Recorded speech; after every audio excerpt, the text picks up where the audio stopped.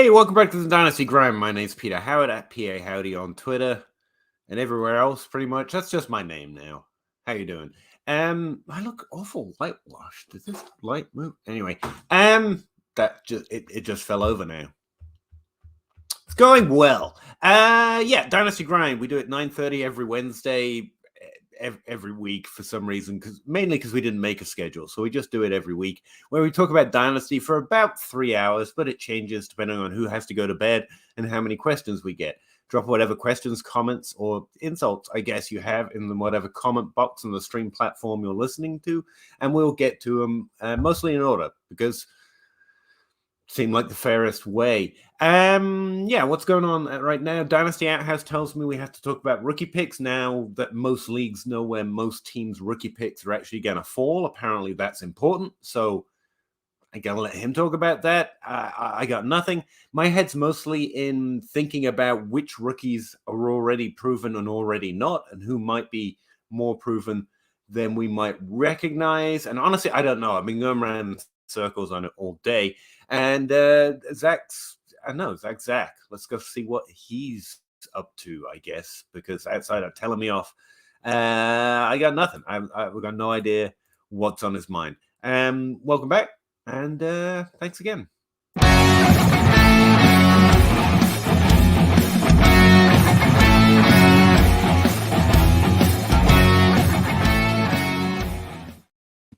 Hey guys, how's it going?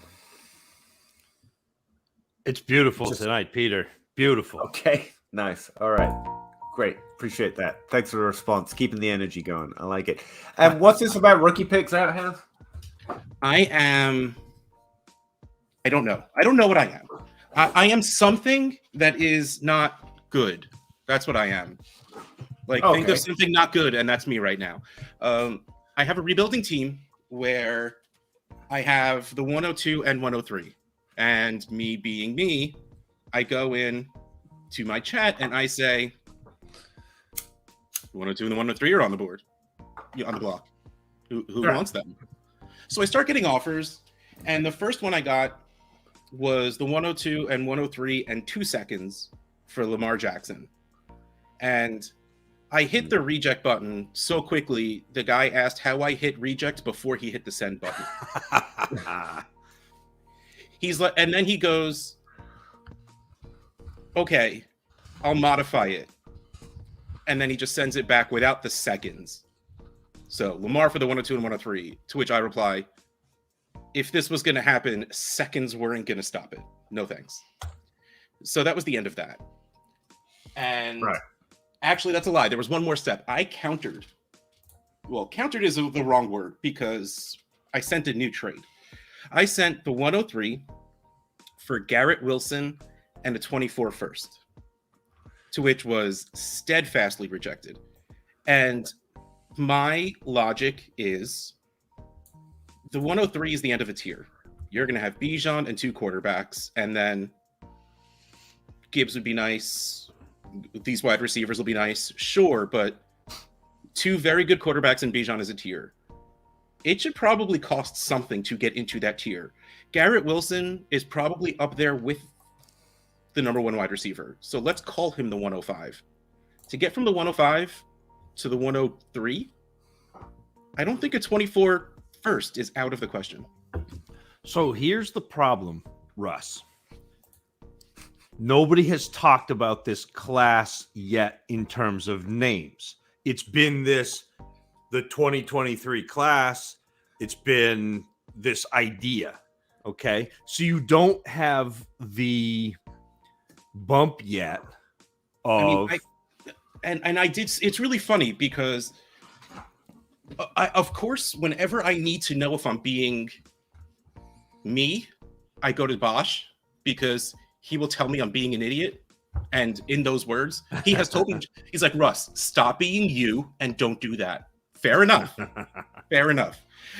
And I tell him the offer first, and he's like, oh, that's easily Garrett. And then I explain to him exactly what I just said. He's like, oh, that makes sense. That's a good way to sell it. And I'm like, yes, because it's right. But again, and I said that to him, to the guy I was trading with. And his reply was, I would rather have the 2 upside pieces. So Bryce Young or CJ Stroud are not upside. Okay. Right. Well, and I think that this class has not been talked about in terms of, it's been the 30,000 foot view. We haven't got down to like looking at this class. Eventually we'll have it under a microscope and it will be bad again, because that's what always happens. Like Bijan Robinson will be terrible because like wrong with he missed like 2 cuts and it was like Saquon. Saquon's indecisive behind the line. I'm like, that's what it was. Saquon is 5 yards behind the line of scrimmage with 6 defenders also 5 yards. He tries to cut everything outside. Yeah. So, but like we're gonna get to that point, but we haven't gotten to the point yet where this class has been analyzed down low enough where people know CJ Stroud and like they don't know this class. Like if I turned around and said, "Hey Russ, tell me a little bit about Josh Downs," like, okay, but that okay. Let me equate. In 2020, we knew Burrow. By this time, before the 2020 draft, we know Burrow, Tua, Jonathan Taylor. You knew Tua. You didn't know Burrow yet because Burrow hadn't done the LSU march to the national championship. Like, this is another 3 weeks. Is it? Yeah. Well, but he was still having the season, though. I mean, he was still being good, but like he wasn't talked about as the end all be all until he won, the entire run through the BCS and won the national championship. And like, we're still early. I know it doesn't feel like it because like we've started talking a little bit about, and I've dropped stuff in your DMs about these players and like, but this is early for me digging into it. Yeah. But like, to me, like knowing Bijan and those 2 quarters, again, like I talk with you, like yes, I have the problem you say I always have. I talk like I talk to everyone like I'm talking to me. Right. Like I'm on 6 freaking podcasts, one of which is with Kane Fassell. Yeah, and that's different. Like Kane knew this 2 years ago. Yeah, exactly. Like, but okay, I have to run one more scenario by you. Another rebuilding team offers me Christian Watson, Devonta Smith, and Tyler Heineke for some reason for the 102, 103. And I say no. Comes back and he adds Javonte Williams to his side. To which I still say no, because first of all, that's fucked up that he knew how bad his first offer was, that he added Javonte Williams. But that's not really, I mean, that is a little bit the point, but it's not the point. I don't think I would trade the 103 for Watson and Devonta right now. I think that's a little strong of a take, but I don't think I would. Well, and again, it's back to thinking that the 103 is going to be a top 7 quarterback, like a top 7 pick quarterback. Freaking teachers texting at 9:40. I guess. So I count, see, again, and this is where everything feeds into you saying that. I offered the 103 for Devonta and the 106. And that was rejected. And I told him exactly my line of thinking. And I don't remember if he said anything. I don't know if he said anything back.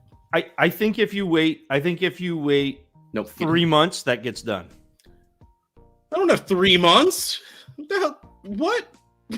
What am I supposed to do for 3 months? You're not going to expire. Okay, just chill. But like I guess that's what I needed to hear. I guess like that's. You're not wrong, but you're ahead of where everybody else is. I'm ahead of my own time. Yeah. That's what it is. I like that. All right, questions? Peter, bring us in, will you? Oh yeah, sorry, you're talking about rookies. Todd's been waiting for 10 minutes. I say 10 minutes, 40 minutes. On last week's episode of The Grind, someone asked a similar question, and you all mentioned this was a good trade for a contender.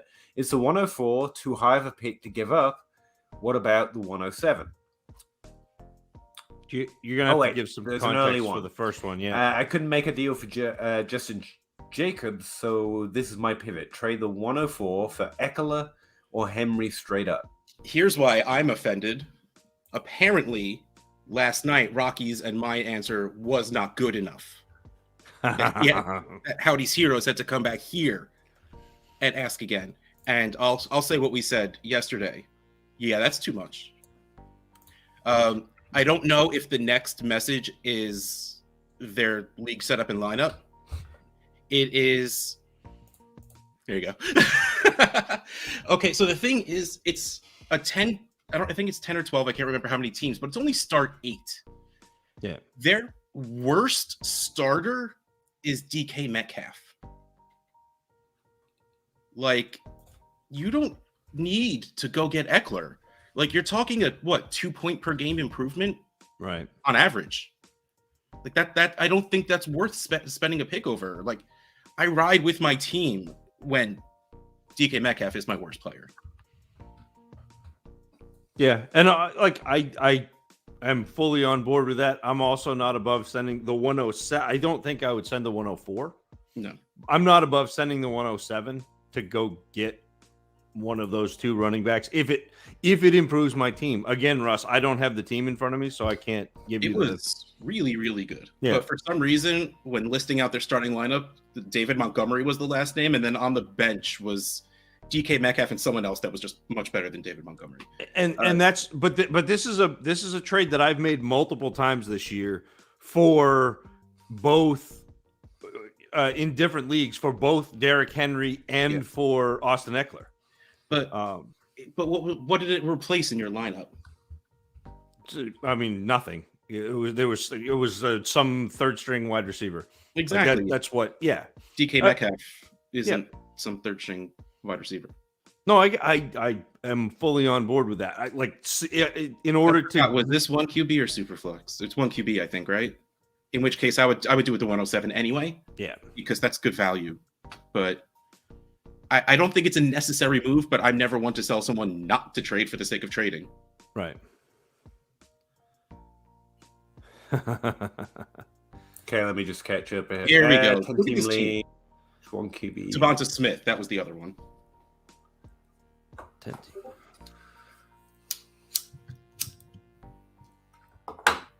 Yeah, you're not starting either of them. Well, maybe you might start one of them.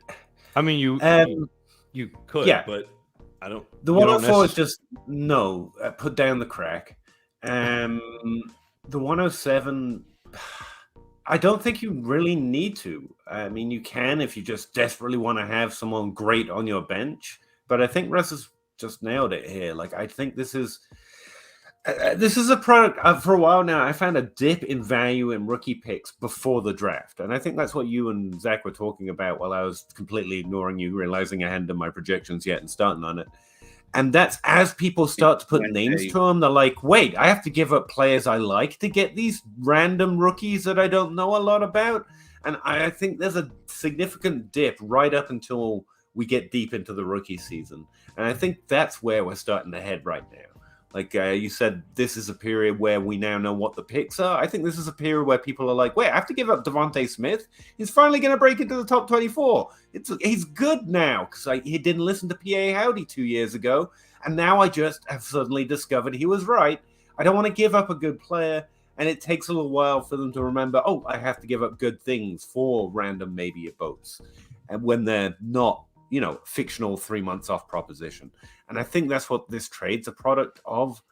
You're kind of devaluing these a little bit. Shout out to Russ. He gave me some good advice yesterday on the Trade Addicts post and wanted to see if Peter and Zach thought the same thing, I guess. Also, does the 107 make this trade palatable? That's where I got the 107 from. I was just listening to Zach. Yeah, and the 107 makes it more palatable, but like... Listening to Zach is the right move anyway. Nah. I don't know, Russ. I'm in third in every league that I'm competing. So I heard you made the playoffs in every league you competed. Yeah, well, yeah. And I got the 101 in the one I'm tanking. So that I did what I intended to. I hate Joe at FF Trader Joe, just in case anyone listening needs to know his specific Twitter handle of the person I hate. By hate, I mean insanely love. But they'll probably need that.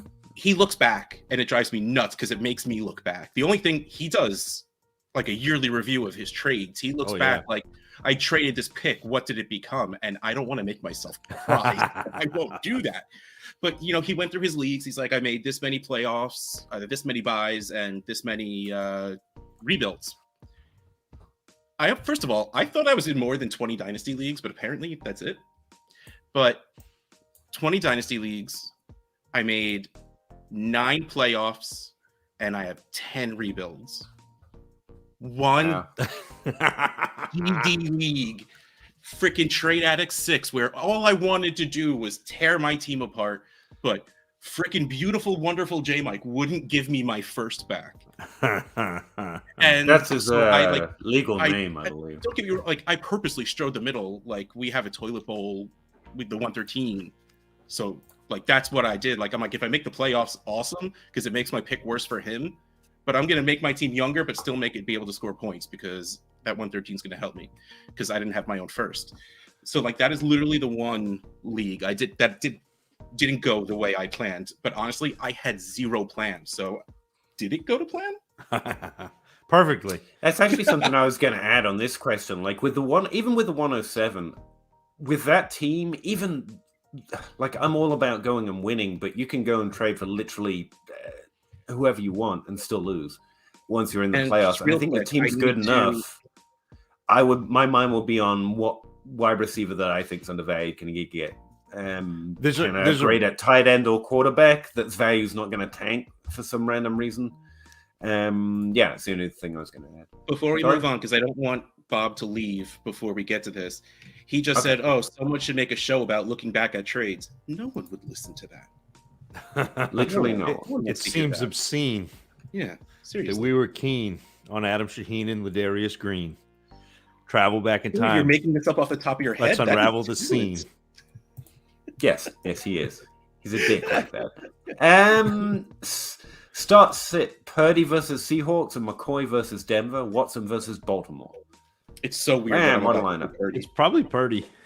Yeah. Purdy sounds more fun. But it's also the best matchup. Predictions, yeah. And I mean, if Watson was playing even decently, I would probably say Watson because it feels safer, but he's not. I would go with Purdy. Yeah. Peter's still running projections. Yeah, I'm literally making them as you guys were talking, so I don't know what the shade is. Can you do projections while 2 other people babble on about nonsense? I don't think. Well, Howdy's Heroes brought up trade actions. Oh crap! I didn't edit that or post that yet, so I'm doing that while talking because Peter's not talking, so someone has to do it.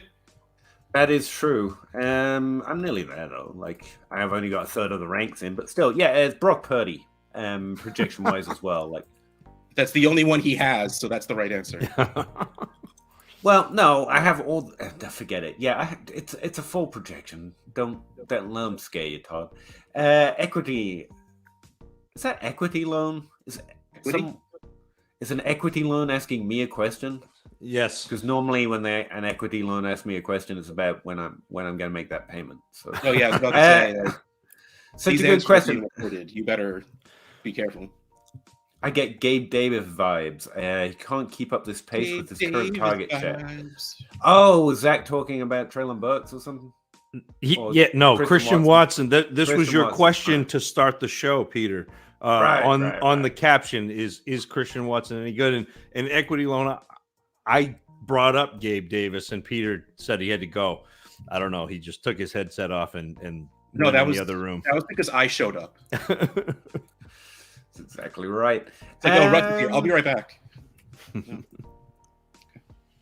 Anyone else vomit a little when you replace Kyler with Baker on your playoff teams? Bob.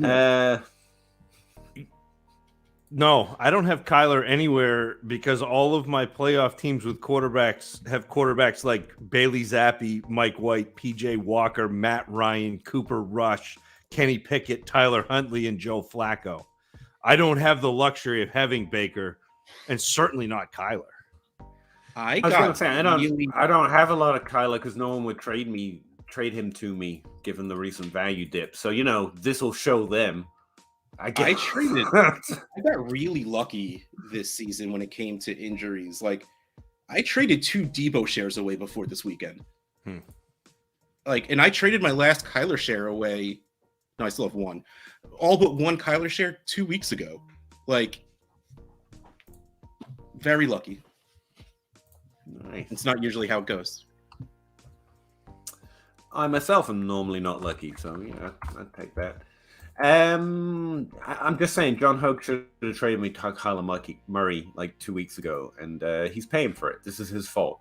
Why start listening to Russ now? I couldn't imagine. Howdy, Joe Herbert. I just thought I want to listen. What would it take to move off the 101 in the 14-team Superflex start 9? Everything. In need of a third QB or a high-end wide receiver. Who is ever in need of a third QB, really? Or a high-end wide receiver? You should be able to get any wide receiver you want. In a 14 team, you're just be happy you have 2. Well, let me ask the guys who actually, in some way have a valuation of Bijan Robinson, but this is Superflex, so it could be the quarterback one. And would you trade Jamar Chase or Justin Jefferson straight up for the 101? I know I asked you this before, Zach, but does the 14 team change the 101 for you? Even though you didn't look at quarterbacks yet, right? I mean, in a 14 team, I'm probably trying to trade the 101 for multiple picks to get, more stuff. Yeah. But I assume you still hold it to that first round startup value, right? Yeah. I mean, it's still like Bijan probably comes in as the running back 1. Plus, you have 2 quarterbacks. Again, like we haven't seen landing spot, we haven't seen draft capital, so like there's potential for a little bit of movement. But those three players, the 2 quarterbacks and Bijan Robinson, that 101 is valuable this year. I still think I hang on to Chase and Jefferson over the 101, but that might be it for non-quarterbacks. Yeah. What's the difference? If someone wants Chase or Jefferson off your roster, what they got to add to the 101 to get them? That's such an interesting question. Man, I don't even know. Yeah, well, so Peter, the way I play, like my ultimate goal is to have Chases and Jeffersons on my roster. Like that's right. How I build my team. And so like once I have them on my team, it's really hard to pry them away because that's my end game is to have, 3 or 4 or 5 of the top wide receivers, and then I fill in with my running backs.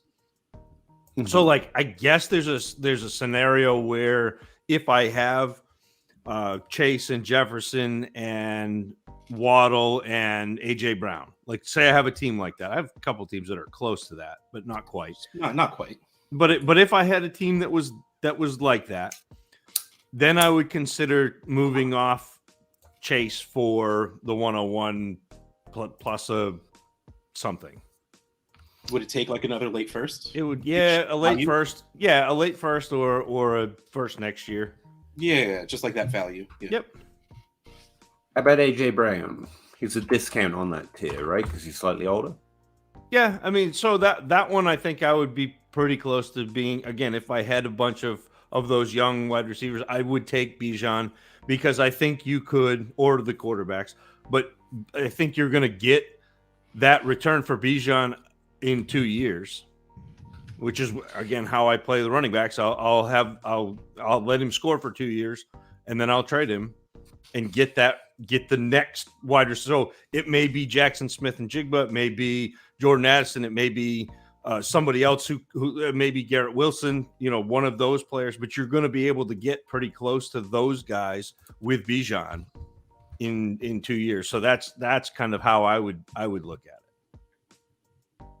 Yeah, so a few answers for you here, Alec. I think you can pretty much trade it for you can target the player you want, and depending on that person's personal value, or if they just won't trade you Jamar Chase and Justin Jefferson, it's going to change your plans. But it should make every trade possible. even if it's not going to make every trade happen. And that's a value I would trade it at. To give you some sort of other valuation other than anything, it's Saquon Barkley after his first year. Trade him as if he is that already, or don't trade it because he's going to probably get there. It would be one of those where if I looked at the team with Waddle or Amon-Ra St. Brown and they had like the 106, I would say, yeah, I'll give you the 101 for Waddle or St. Brown and the 106. And I would be happy with that. Because I think that to me right now is, so I think you've got the two quarterbacks.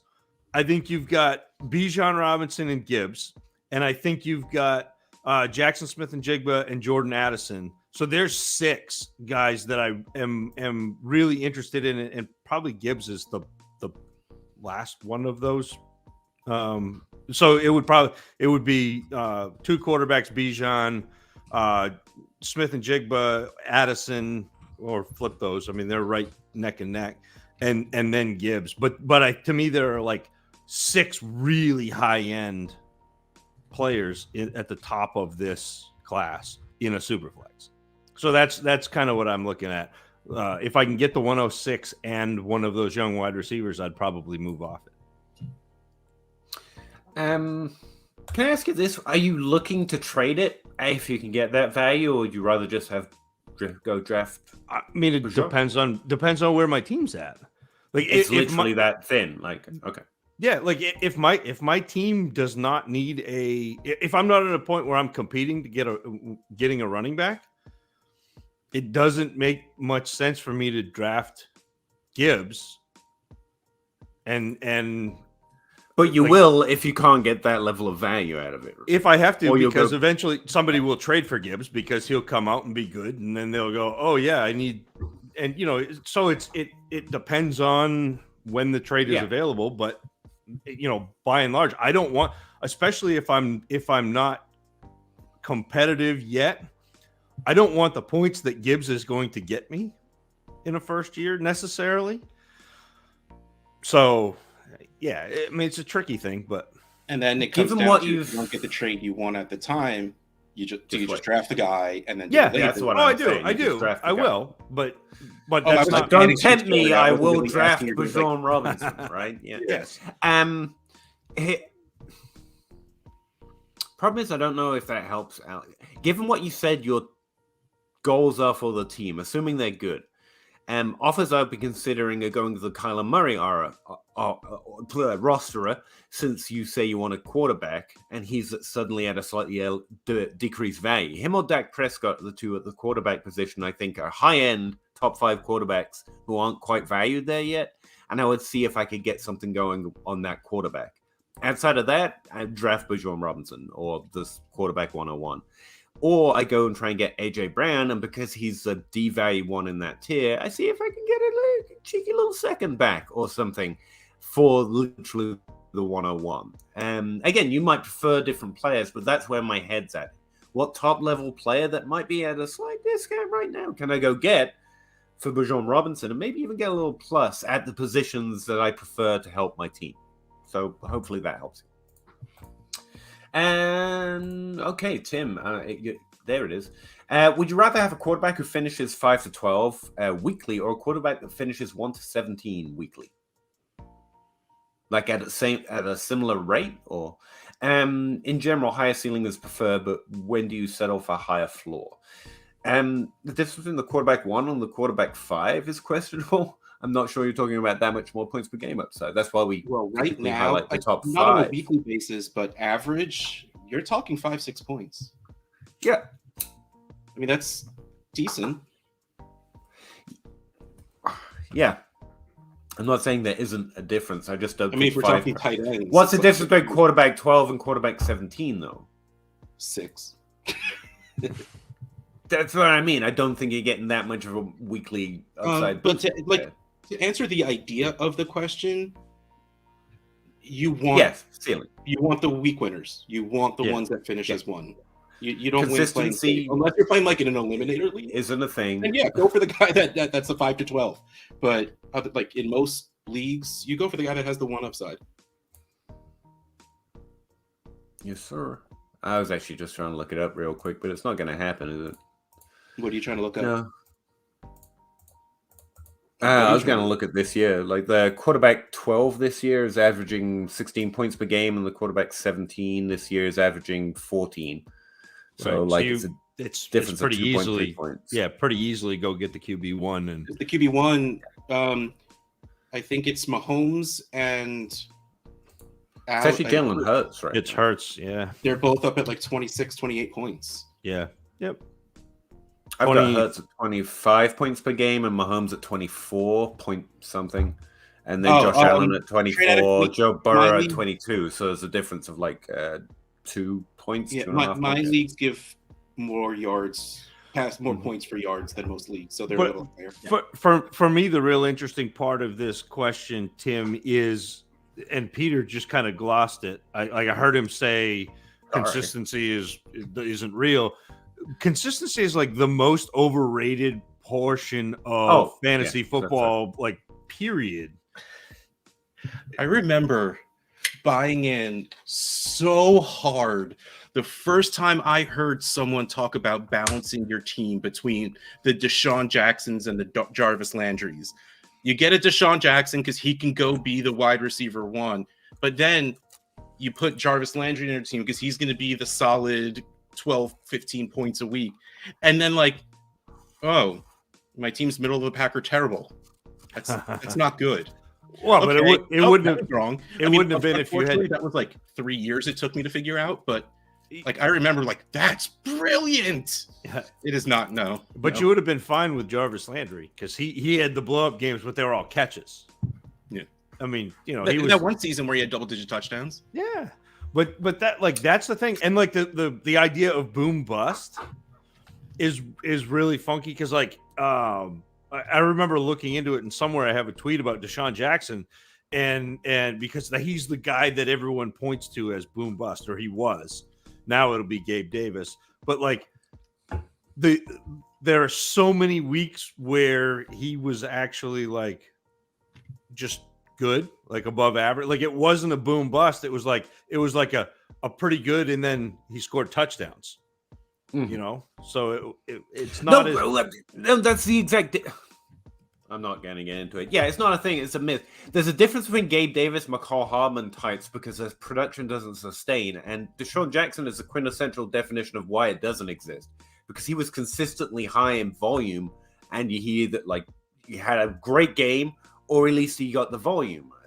Gabe Davis's and McCall Hardman's, they're more what people imagine when they say boom bust, even though it's not exactly fair or true because Gabe Davis can literally win you a week, yes, but he's still getting four targets, but 7 targets. Yeah. But his volume's less likely to sustain, whereas Deshaun Jackson's was. I mean, didn't he play a game this year and he was still the fastest recorded player in pads or something ridiculous? One of you guys told me.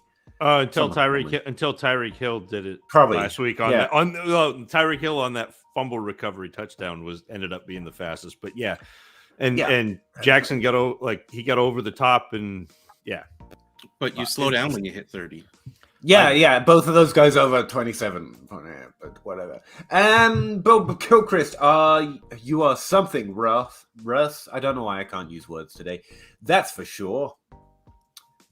I tried to put the right sass in it, Bob. Let me know if I got it right. It's a little hard to translate the text.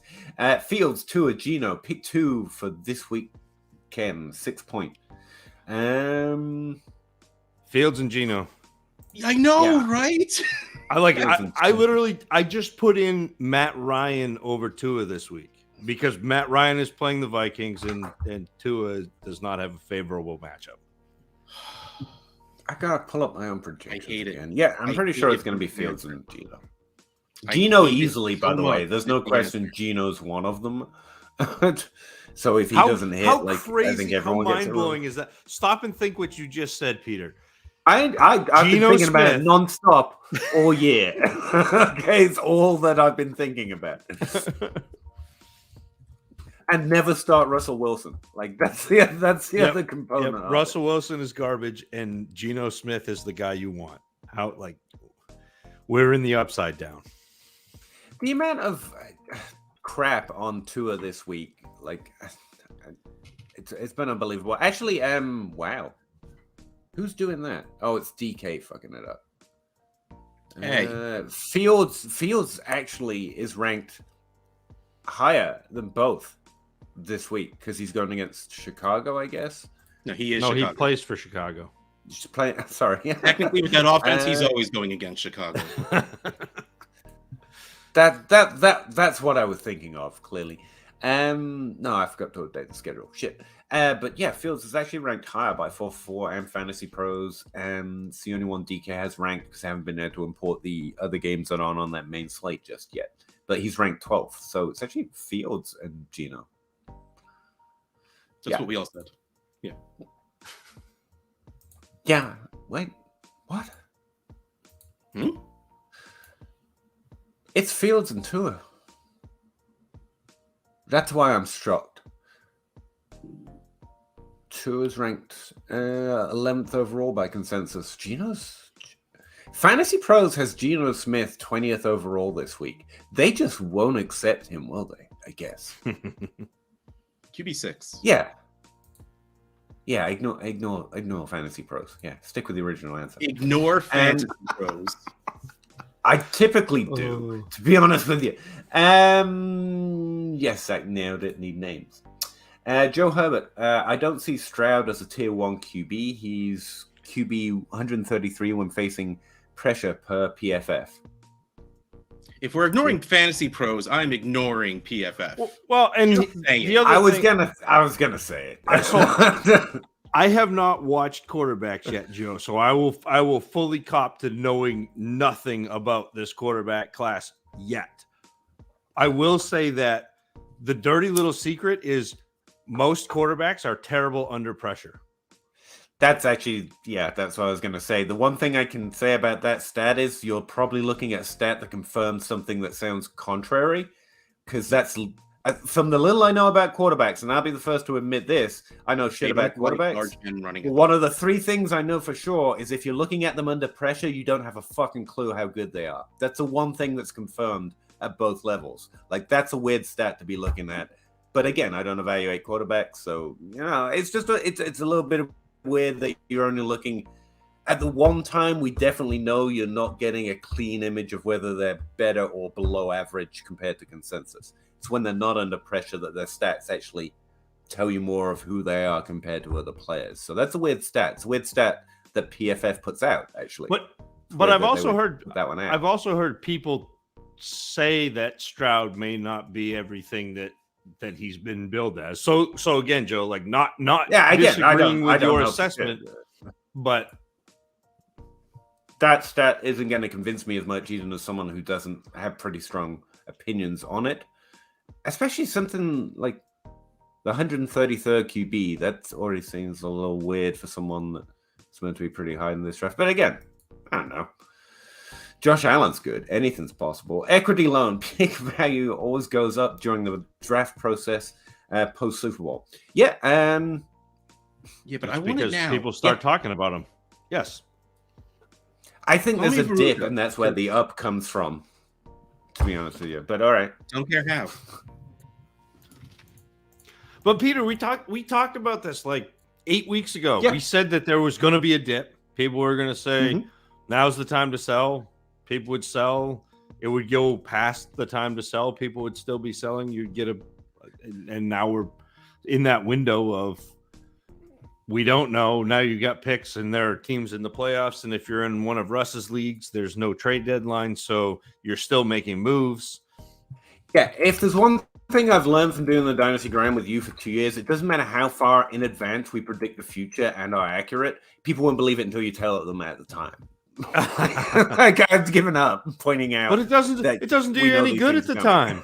It doesn't do you any good. But it's when like no one's interested in you getting it right ahead of time. That's ridiculous.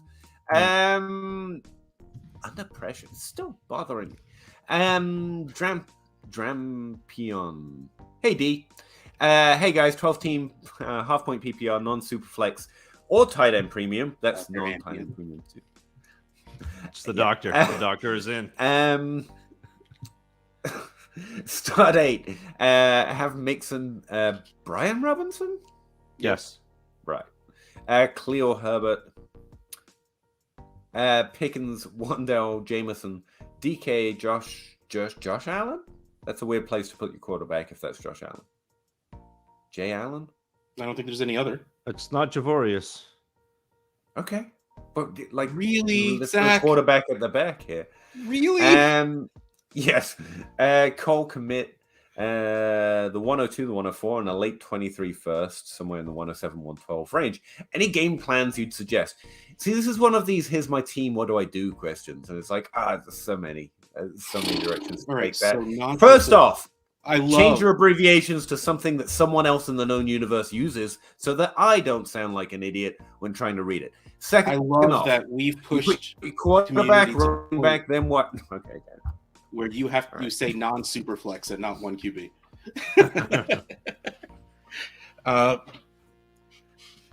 So your team is Josh Allen, Brian Robinson, Khalil Herbert, George Pickens, Wandale Robinson, Jameson Williams, DK, Cole Kmet, and you have the 102, 104, and a later first.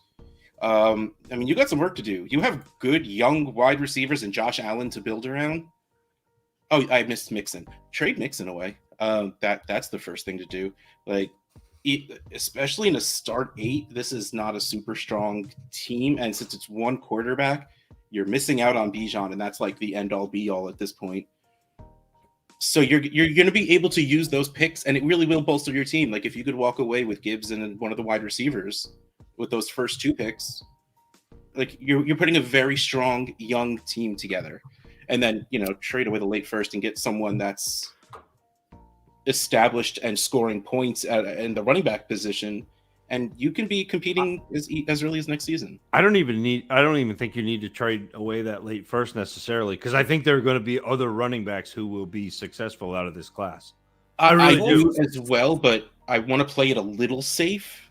And I'd wait to see if that's the 107. I'd hang on to it. If it's late, then like really late, then yeah, fine. But I didn't mean if it was me, I try. Oh no, clearly I can't trade picks now anyway because no one else talks. No one else knows names except for us people who do like 4 shows. But that would be my game plan. Like that would be what I'd be heading into the next few months thinking I'm doing. Drafting that 102, 104, getting what right now seems like will be the running back 2 and wide receiver 2, which are both going to be very good players. And then I would probably, unless someone I really like comes up at that late pick, I can't think of anyone off the top of my head right now that's like young and you can get for a late first at running back, but I like the idea of having someone I know. Or if you don't have, if your trade deadline didn't pass because it's the kickoff of playoffs, which is still tomorrow, try and move Mixon now. I mean, he's healthy and he's playing, and try and get something good and young from that as well. Like, I still think you have a lot of things you can do right now. Move Kmet. Also, I think if someone's willing to, well, there's not a tight end premium. You're not going to get anything. But okay, someone else can talk now. Sorry. Josh Allen, DK, maybe Jameson, because I don't think the value's changed on them much yet. Are the only 3 that I'd like put on a shelf. I'm only trading them if someone sends me a good offer. Everyone else, I try various different packages to tier up with. Like, I like Pickens and Wandell from this rookie season. That's been pretty positive. But if I can move up the rookie ranks to get to Wilson or get to Olave, but that's too direct, so you're probably not going to do it. Can I get to someone that's a little bit more proven and get extras in the 24 draft class with Marcus Brown is ranked at once again in a phenomenally weird place. Right now in November ADP, but I don't think it's going to change much. That's a guy that interests me. You already know I like Bateman. You already know I like Rondell Moore in that value range. And if I can start adding 24 draft capital with some level of packages, that's interesting to me with someone like Pickens and Wandell for more proven players with similar upside who are slightly older. Outside of that, Mixon, Brian Robinson, Khalil Herbert, these are players that you're happy to move for value. And so I'm adding them to Pickens and Wandell, to whichever team might be more interested in them, to try to tier up or go get an older player that's a little bit more proven and add late draft capital, because I'm always kind of just trying to get a little trickle later down the road, especially at this point in the season. That's where my head goes to. Zach, any differences? No, I think that's pretty spot on. I think that you may be a little low on like. I think the hype has started to build on Jameson Williams. He's one target, one catch, one touchdown. Yeah. And so I think that may be, I'm looking to move him, to move Pickens, to move basically anything. I'd be happy to put him in that pool. Yeah. Sure. Yeah. Basically move anything but DK and Josh Allen to move up. If I can use the 102 to move to one of those wide receivers, Amon-Ra St. Brown, Jalen Waddle, somebody like that, I'm going to do it. Yes. Whether it's now or heading forward, but also having that 104 is nice because you're guaranteed to get one of the top 4 players that we've talked about in terms of 2 running backs and 2 wide receivers. So that pick I'm trying to tear up those other positions. I mean, one that just occurred to me while you were saying it was like Pickens and that late first. Could you go get AJ Brown? I like that. I like that kind of deal. Yeah. It's the same position trade, but you might tempt someone.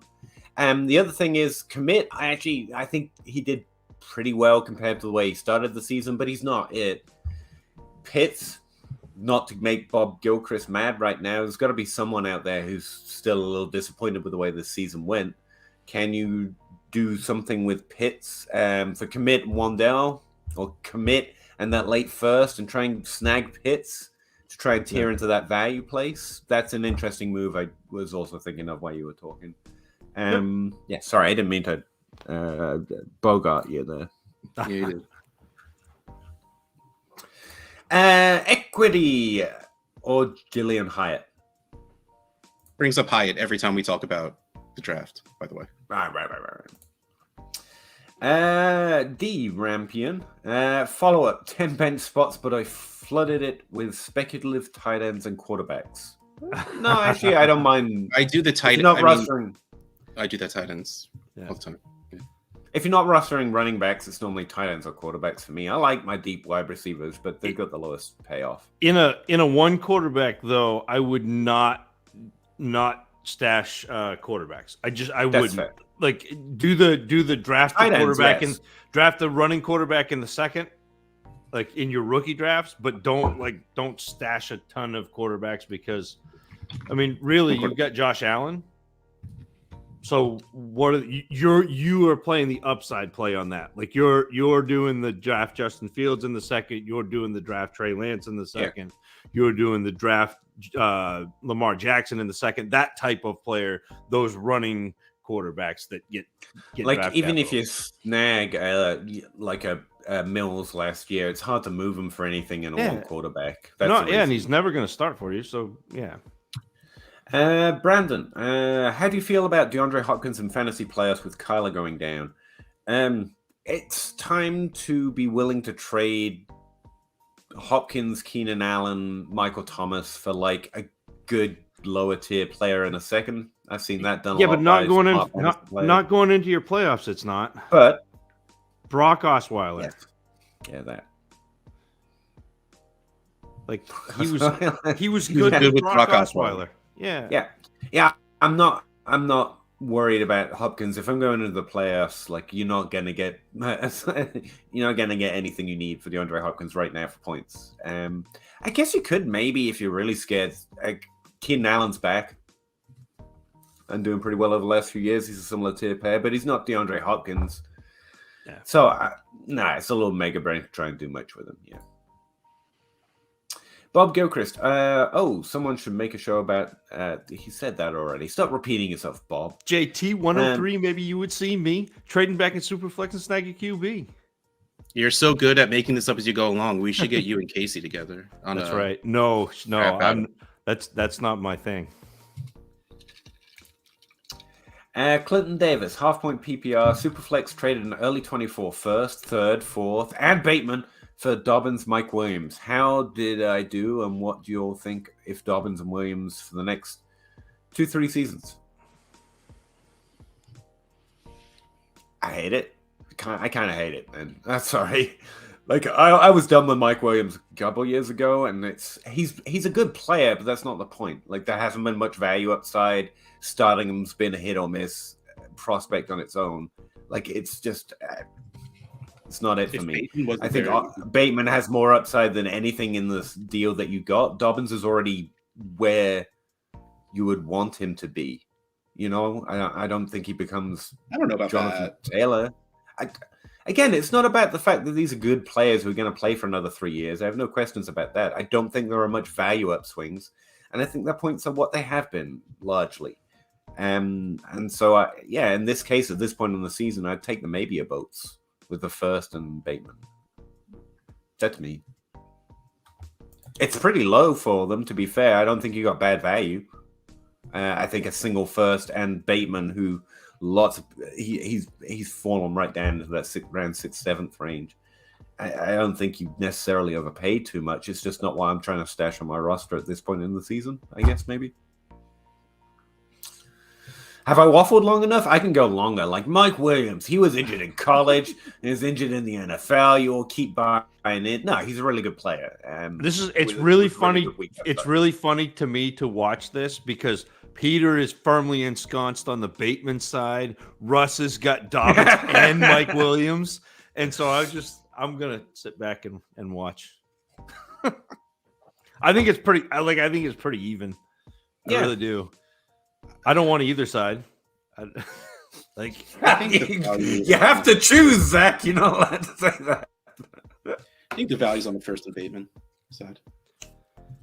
Yeah, the future value. Yeah, I win. But again, I won one. If Dobbins, I don't know if you saw Dobbins' long run.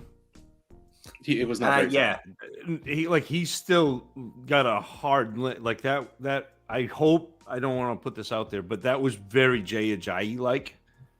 And I'm worried that they have pushed him back sooner than he should be, and I don't want that for J.K. Dobbins because I think he's a really good player, really talented player. Yeah, for sure.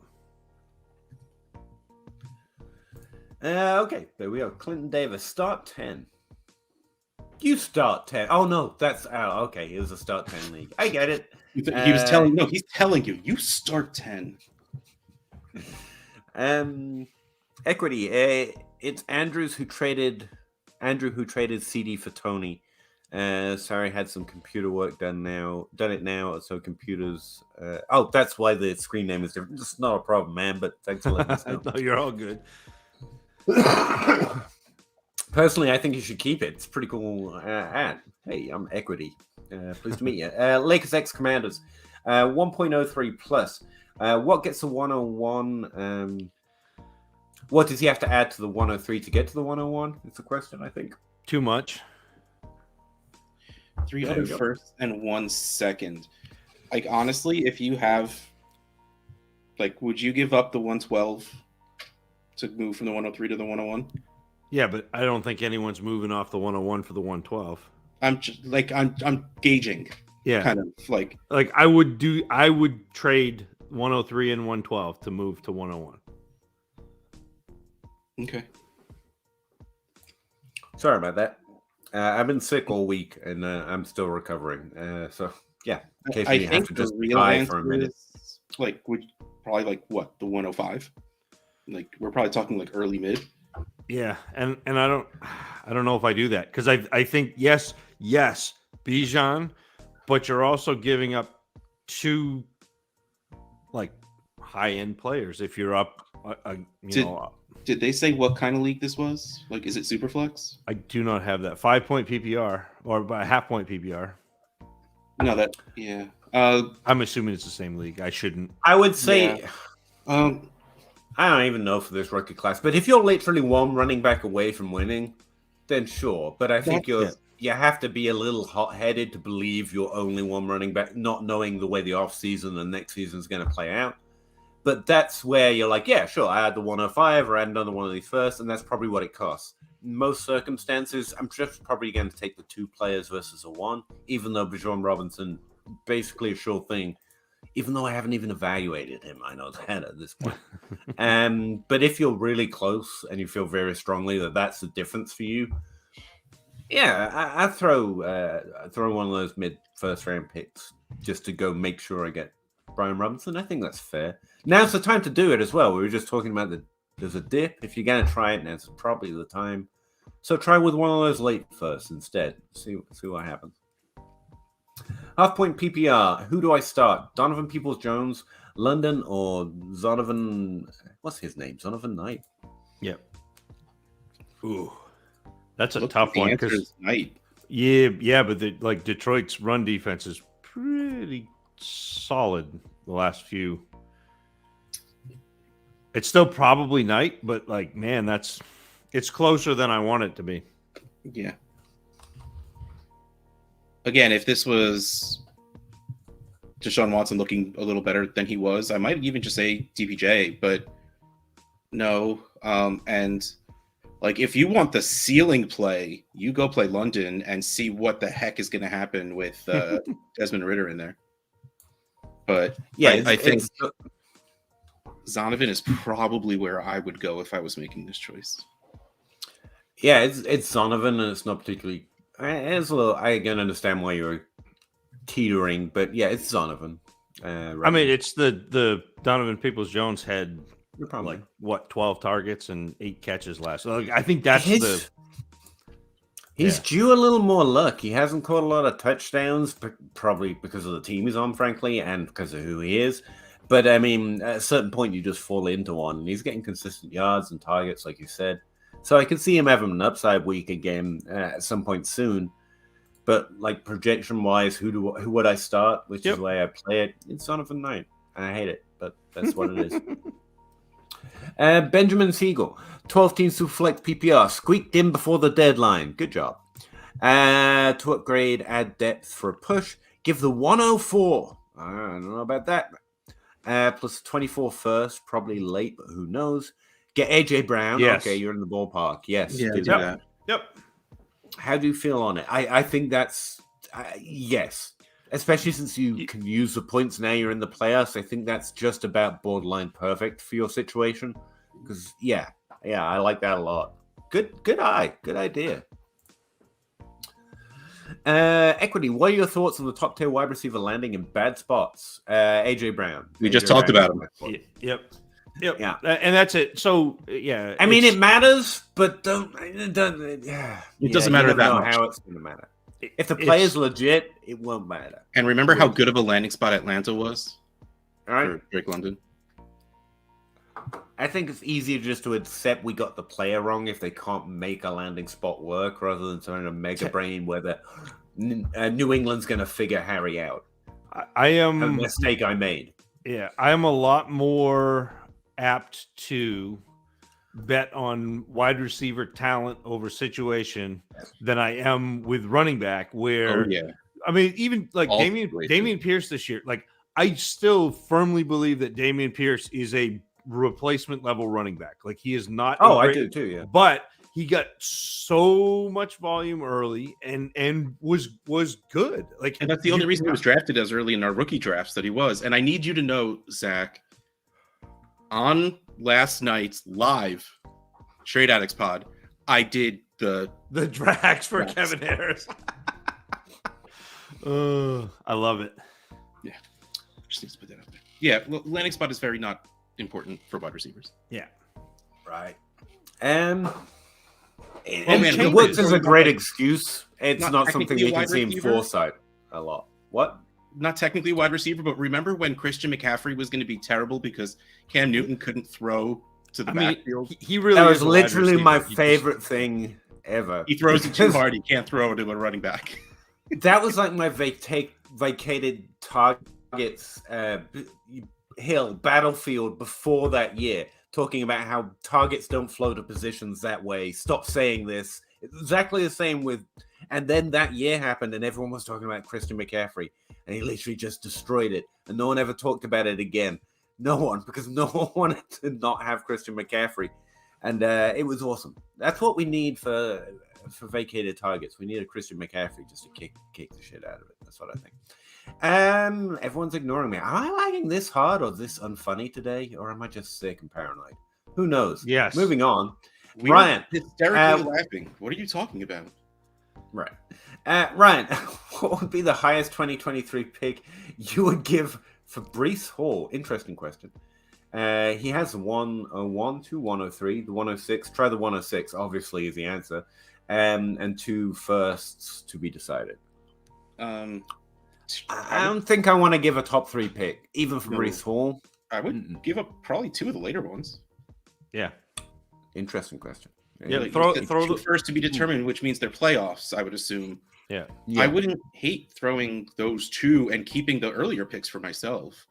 Like I always say, like if I have too many firsts, I'll draft half and trade half. Like that is yes. Like I love that idea. Of course, that's a strong offer too. Whoever gets that offer isn't insulted. So I really like that idea. Now that I keep saying it out loud. Now that you've said it, it sounds so much better, and that the way you have with words, I like it. Alec did a weird trade.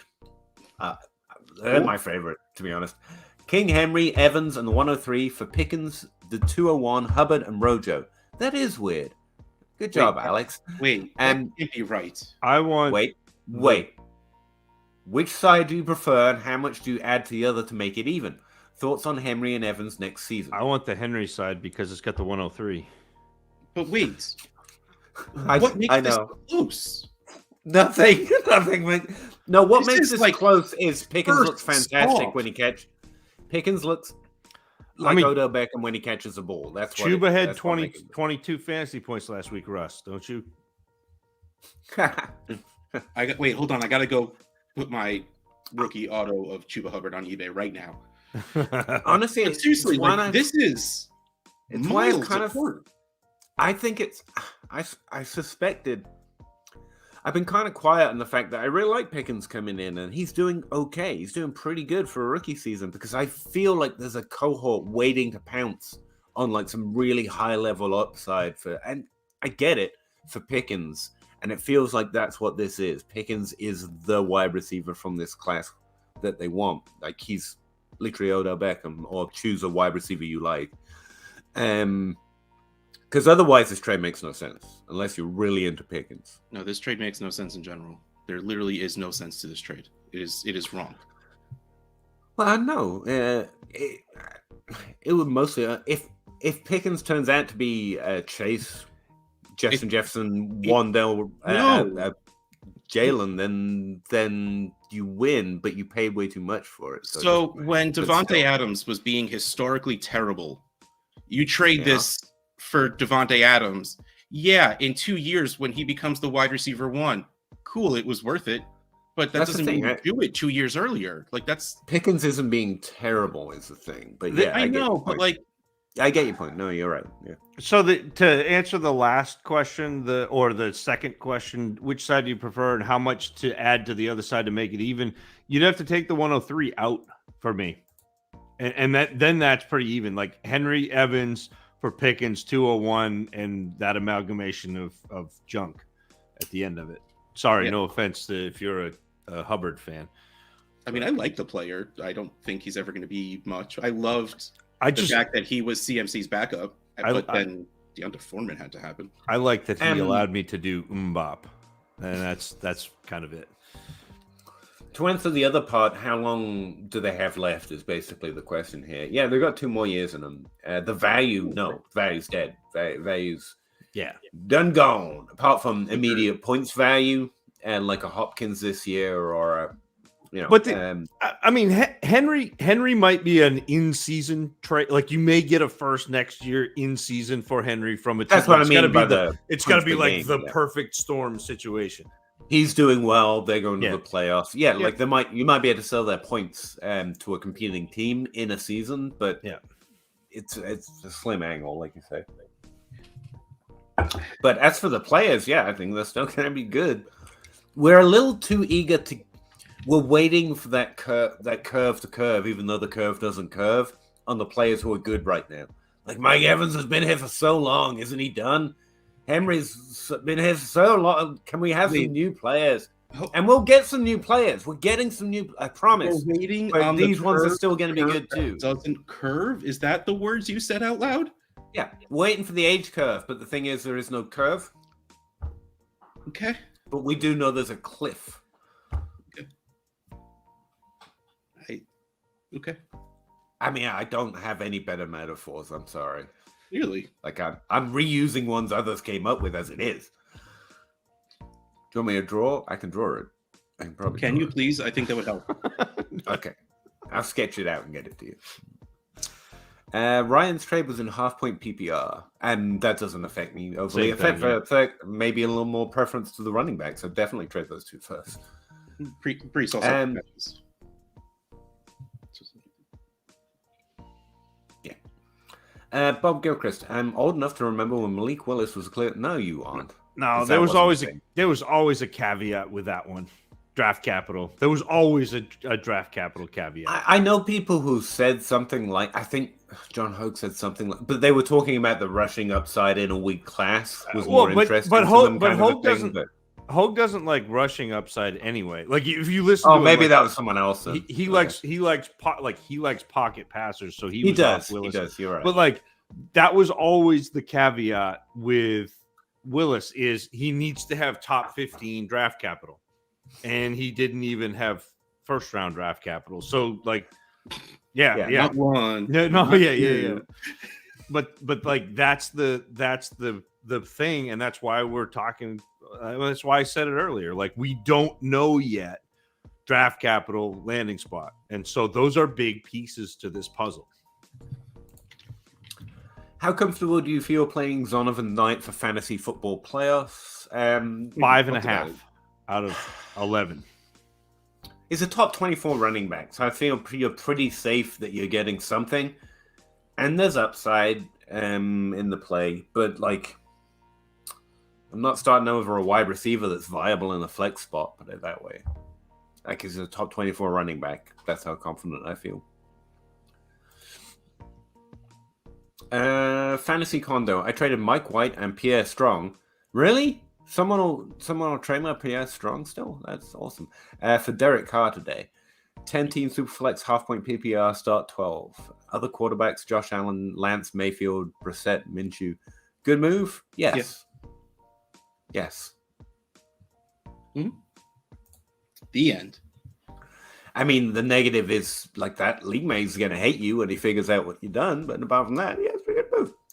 Fantasy Condo, if you were to trade Lance for a rookie draft capital this year, what would you ask for? He's actually in an interesting dip. It'll probably come up later. Outside of that, quarterback in a Superflex rookie draft, what pick would you trade? I will, at this point, right now, still keep the 102 and 103 over Lance. I would probably start thinking at the 4. But me personally, I just don't know if I want that risk. So I'm the wrong person to ask about acquiring Lance right now. Oh, trade him for. I would trade him straight up for Murray. Lance for I would not. Okay, if I'm trading Lance away, I would say I need another quarterback. So give me the 103. But if I'm trading for him, I don't think I start talking until it's the 104 or lower. One price for me, one price for everyone else. I like the second option better. I would go trade for Kyler Murray if I could. Yes.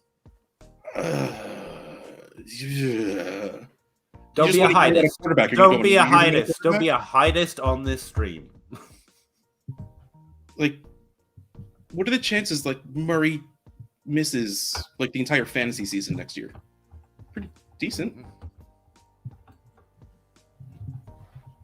I have no idea. I haven't done the research on his injury or anything. I just know he's pretty good. There's also a chance that Lance misses the entire fantasy season next year, too. Or that he doesn't and you wish he did. Because he's got 2 other quarterbacks on his team who have been better than what he did passing. I mean, like, he's a great runner, but you still don't know if he can pass. And I don't know. It's interesting. That being the Shanahan scheme. What, not being able to pass? No, being able to pass at a remarkably efficient rate, actually. Yeah, No matter who it is. I saw something like on one of the scrolls at the bottom of the football games that where with Jimmy Garoppolo, Kyle Shanahan has like 2/3 wins and 1/3 loss, but without him, he has like 2 wins and a lot of losses. Like he wins with Jimmy Garoppolo and no one else. Garoppolo is running it pretty well. That's the quarterback he needs. Like that's why he did well with Matt Ryan. Like which is probably why he was completely fine with not. He was fighting against Lance the entire time. He paid to have a fight. I can't blame him. Gavin Grant, Russ, how can I get into the Trade Addicts League? Tell him, Russ. I know you've probably answered 100+ times, but tell him the answer. How does he get in? Why are you not letting him in? Why don't you like Gavin? What's wrong with Gavin? He seems like a good guy. Can I finish? Can I finish? Okay, No. finished. Well, it's all through Twitter. If there's an opening or if there's a new league, which for the worst reason in the world, I am going to make Trade Addicts 11.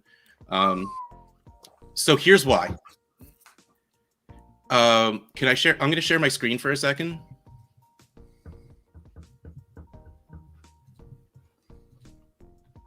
Here, put it up there, Peter. Over here are all of my leagues. It's a little blurry, so you can't see, but here's Trade Addicts 1, 2, 3, 4, 5, 6, 7, 8, 9, 10. And this league right here, it's called the 12 Olympians. So it goes 10 to 12. I can't have that. And that is literally the only reason I will create TA11. But now that my idiocy is out for the world to see, and I think everyone just expects this of me at this point, so it's fine. Everything's on Twitter. If either the new league or if it's an opening in an existing one, I'll put it out on Twitter and I'll tweet it out a couple of times. I'll put all of the names on a list and then I use a randomizer and pick names. It's all completely random. So you just got to look out for mine and Rocky's Twitter, I guess, because we'll just keep talking about it for a few days. There you go. Hey, Dave. Toronto Dave, football man Party in guy. hat. Appreciate it. Who are some of the veteran running backs you're willing to buy on the cheap in the offseason, assuming the rest of the roster is rounded out? Not for a while. And then every old running back as we get into buy point season. I mean, Saquon's the obvious one. I mean, I'm still I sticking with don't Derrick know if Henry. he's cheap, but I don't know who's going to go. Christian McCaffrey normally Dalvin? holds an inordinately high value. I think Dalvin, Mixon, Dalvin is Emery, he's apparently. slowing down, and he's not producing like we want him to. But still, like, what about Nick Chubb, who's kind of like the forgotten man in all this? what's going There to you be go. great about acquiring Nick Chubb in the non-point scoring season? He is not going to do well for the rest of the season. Yeah. And people will forget how good he is in a good running offense. And then Deshaun Watson will have the offseason to actually play and practice. And then the offense will run well again. And then Nick Chubb will run well again. So, yes, you go pay 2 seconds for Nick Chubb in 2 months and take that to the bank. You know what else is a weird one that is a cheaper? Najee Harris is actually a cheaper running back. And Pittsburgh. Thank you. I know Kenny Pickett hasn't been great. I know he got knocked up, knocked around last week. Not knocked up. He's good, but he got hit last week. And relax, Pete. Relax. No, I can't. Here we I are. can't at all. I'm completely overblown.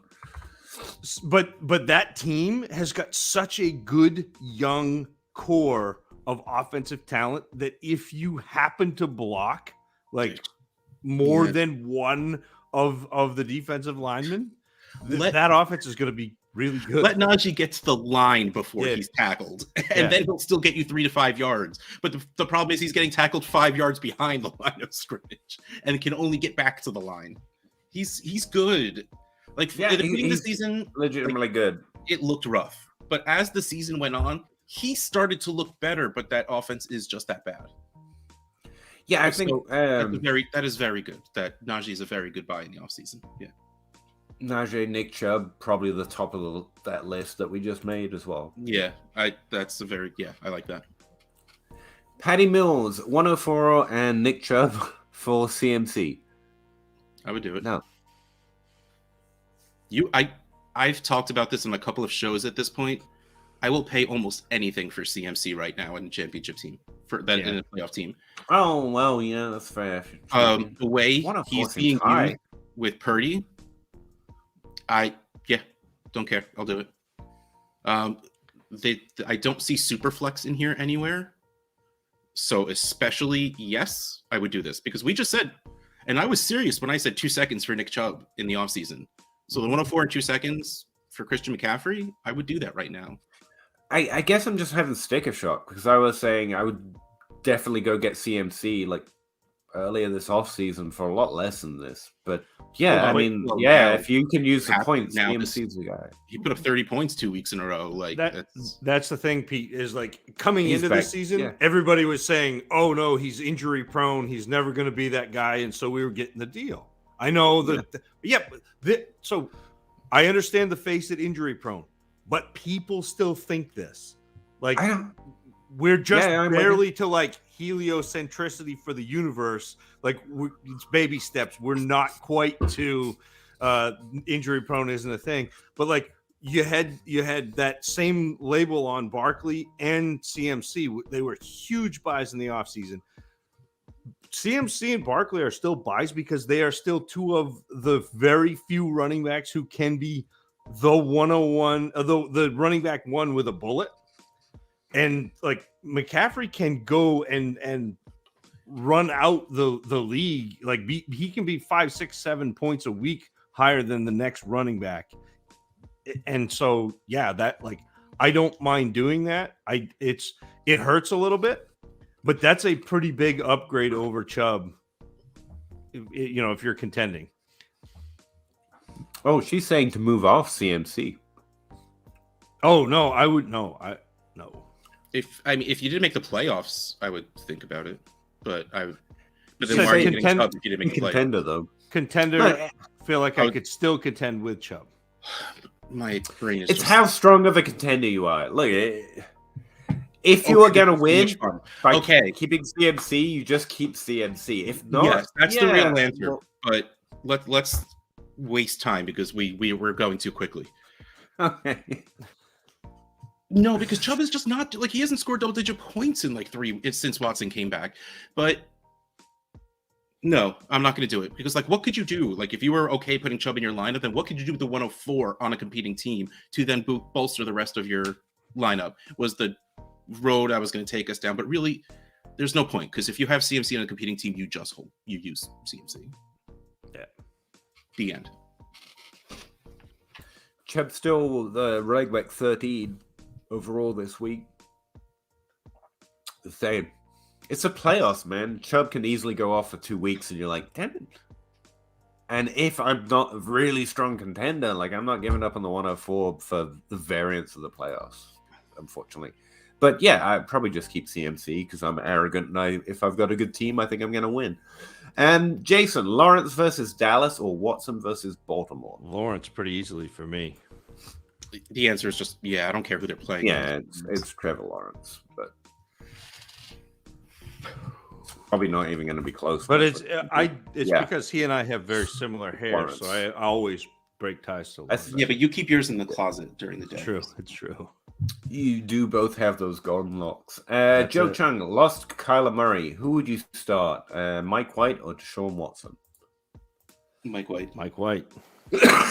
I'm not starting Watson. Yes, White. Game out of him. Yeah, it's White. He's more fun anyway. Ben, trade away Brandon Ayuk. Yes. Yep. Half a 24 second? No, 1 or 2, 24 seconds for Tua and a 24 first. 24 first. Absolutely in a super flex. In a super flex, yes. Wait, no, that can't be. Russ, things happen in leagues that are not yours. Things happen. But that's Ayuk and a second for Tua and a first? Or 2 seconds. Or maybe it's a first and second. That has to be it. Yes. That has to be it. No, it says one or 2 24 seconds. Oh no, I would do that even if it was regardless. Go get Tua and a 24 first. Yes. Yes, that's the okay. I guess I feel like I have to say the thing I was starting to say and then backed out of because I really don't want to get involved in that Twitter drama. Like, Tua versus Herbert was always a ridiculous fucking conversation. To be fair, I think from a skill level, but taking one game and one player beating one player in a single matchup and saying, "There, see the one player is." Like, they didn't play each other. They're quarterbacks. They played each other's defenses just off the rip. From a basic level, they never play each other. And this goes back to the whole and I get it. And I like the conversation sometimes too. Who's more Hall of Fame worthy? It's fun. It's literally an unanswerable question. It's preference and choice. And we argue over weird things because we're way too into a certain game. But it's literally an unanswerable question off the rip, and then you're going to say in a single game, C2 now sucks. And that's what this feels like, a reaction of last week, like somehow last week did anything. And yeah, just swoop up that value, man. That was just ridiculous. I was waiting social media football commentators. That's what I say. Waiting for Peter to give it the don't QB wins me, bro. Well, I'm trying to not repeat myself, but yeah, that was pretty good. No, make it a thing, man. That's your shtick now. That's I have so many good sticks. You don't like my old sticks? Okay. Bob Gilchrist, how many 23 first round picks would you give up for Mahomes? All of them. Yes. I'm serious. Yeah. I don't. 3.5. Yeah. No, but like seriously though, think about it. All of like, them. Mahomes is still like the 101, 102. If Bijan is like the 108, 109, arbitrarily saying, because I have no idea where he would really go, what would you have to pay to get from the 109 to the 101? It's more than a first. Yeah. Like you're going to have to pay a lot to get up there, and I would do it without thinking about it. So like 101 plus 2 other firsts, easily. Toronto Dave, shout out Hubbard. Is he from Canada? He is. Okay. I was waiting for to get the Claypool drop too. But... Oh, right. Mapletron. Yeah. Ryan Harvey, based on your evaluation of landing spots and wide receivers, do we still think London is top 3? Interesting question on London in general, actually. In his class, for me, it's tough. He might be behind Wilson, Olave, and Burks.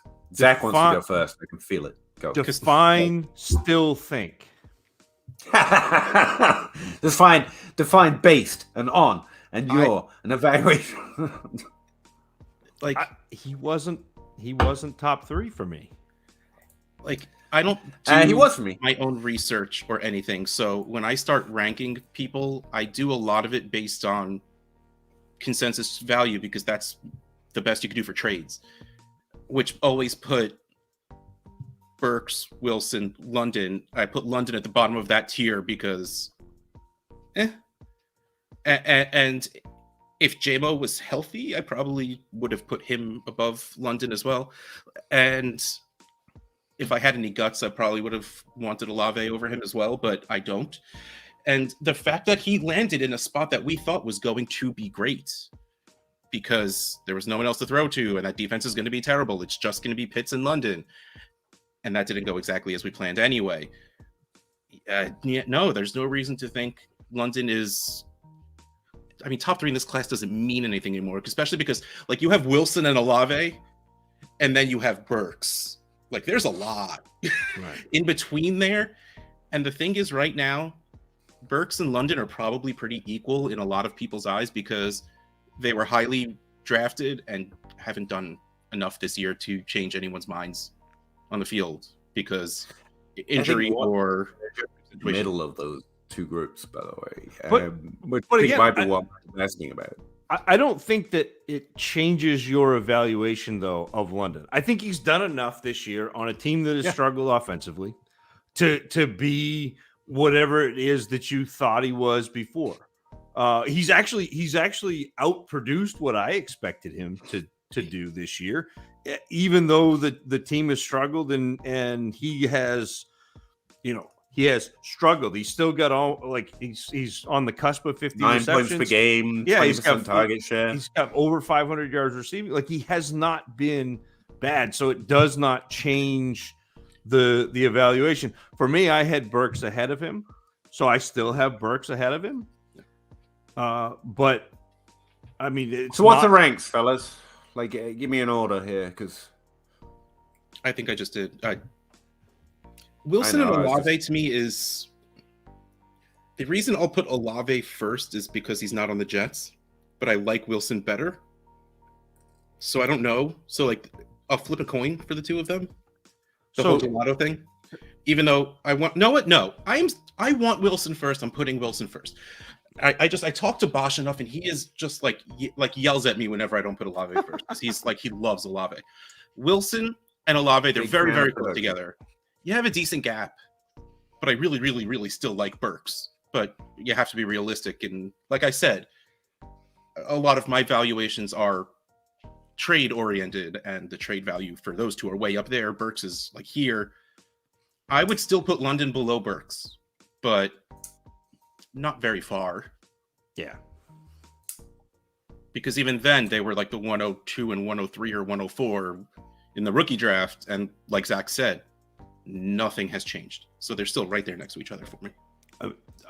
Look, and exactly what you just said. To me, it's Wilson, Olave, break. Burks and London are in that same tier, break.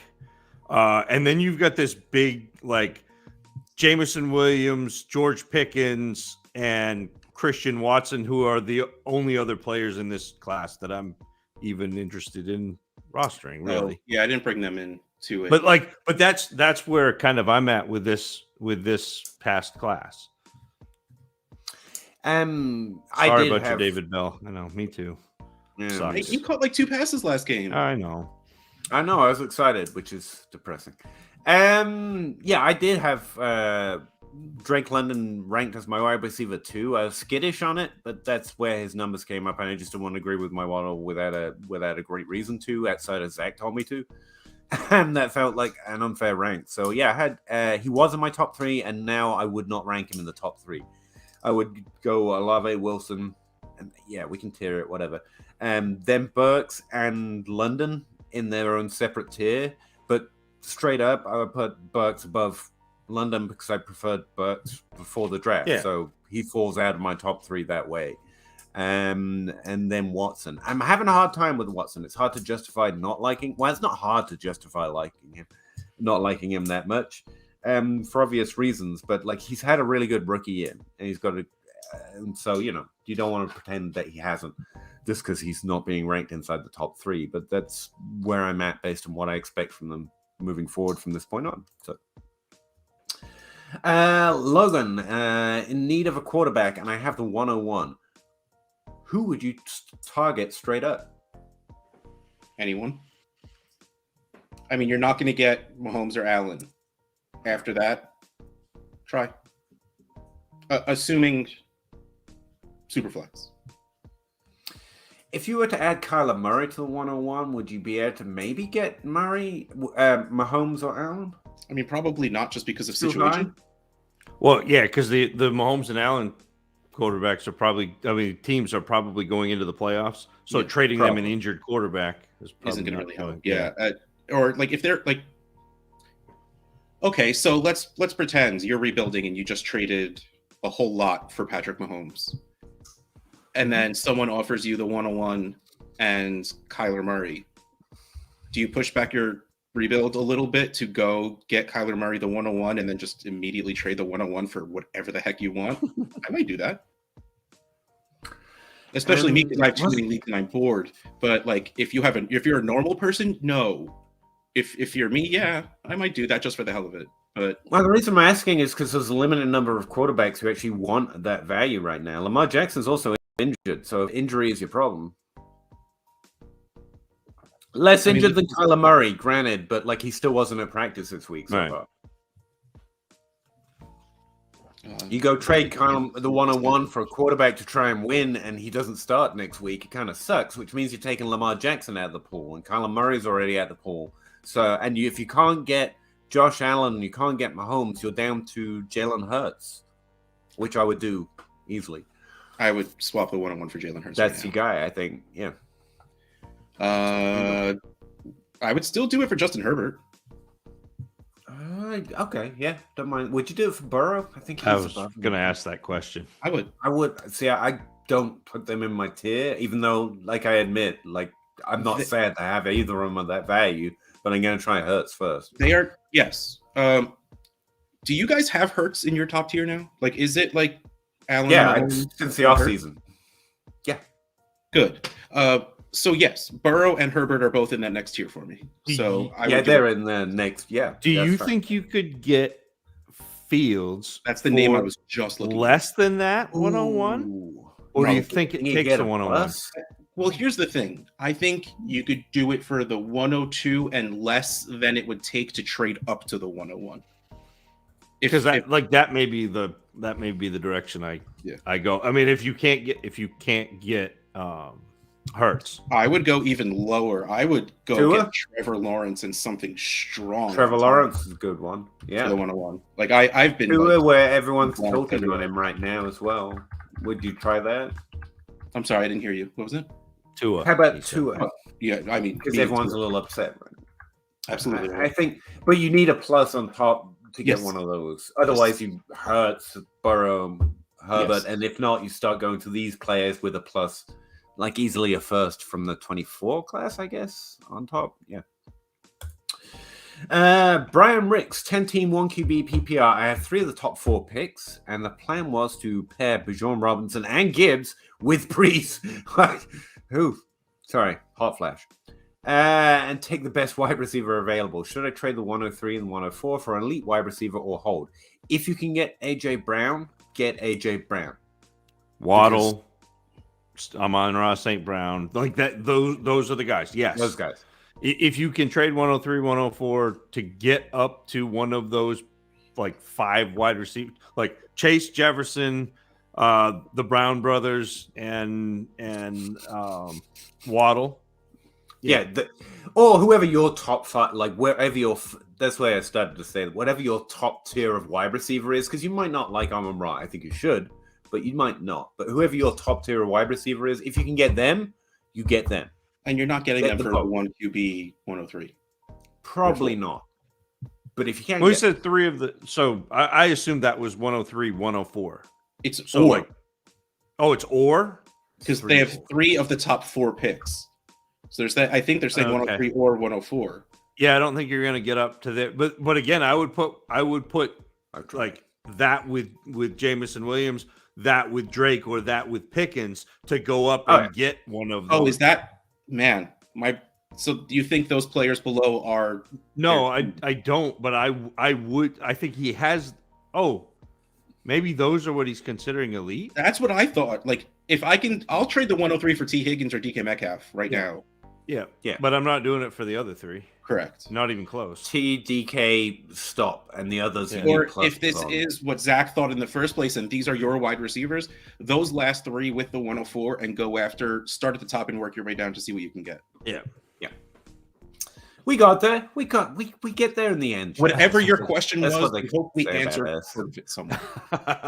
After we see how it plays out, we always know the answer. That's our thing. Firefox 199. Appreciate you. Inbox 12-team Superflex 1.02, 1.03 for Herbert. So the 102 and the 103 for Herbert. Yeah. Give me the guy we've seen do it. I get that it's too shiny, studly prospects, but your 102, 103 are probably going to be the 2 quarterbacks, because my guess is by the time this all shakes out, we're going to take Bijan. And so I'd rather take Herbert, who is a top 5 quarterback, rather than a guy we hope is a top 5 quarterback. Peter, it's a boat. I was just thinking you could probably take one and get Trevor Lawrence. But yeah, sure. Sprocket. Yeah, we'll go with that. LX. What is Waller's value in Superflex tight end premium? I don't think he has. I don't think many people are going to offer you value on him. in a trade where there's something else they want, they might let you value him as a second, but no one's like, give me Waller for that value. If you know what I mean? Correct. Yes, he needs to be part of something. Yeah. No one's. You have to give people things they want to get things you want, and no one really wants Waller, but they might value him as a second if they're trading for something else they actually want.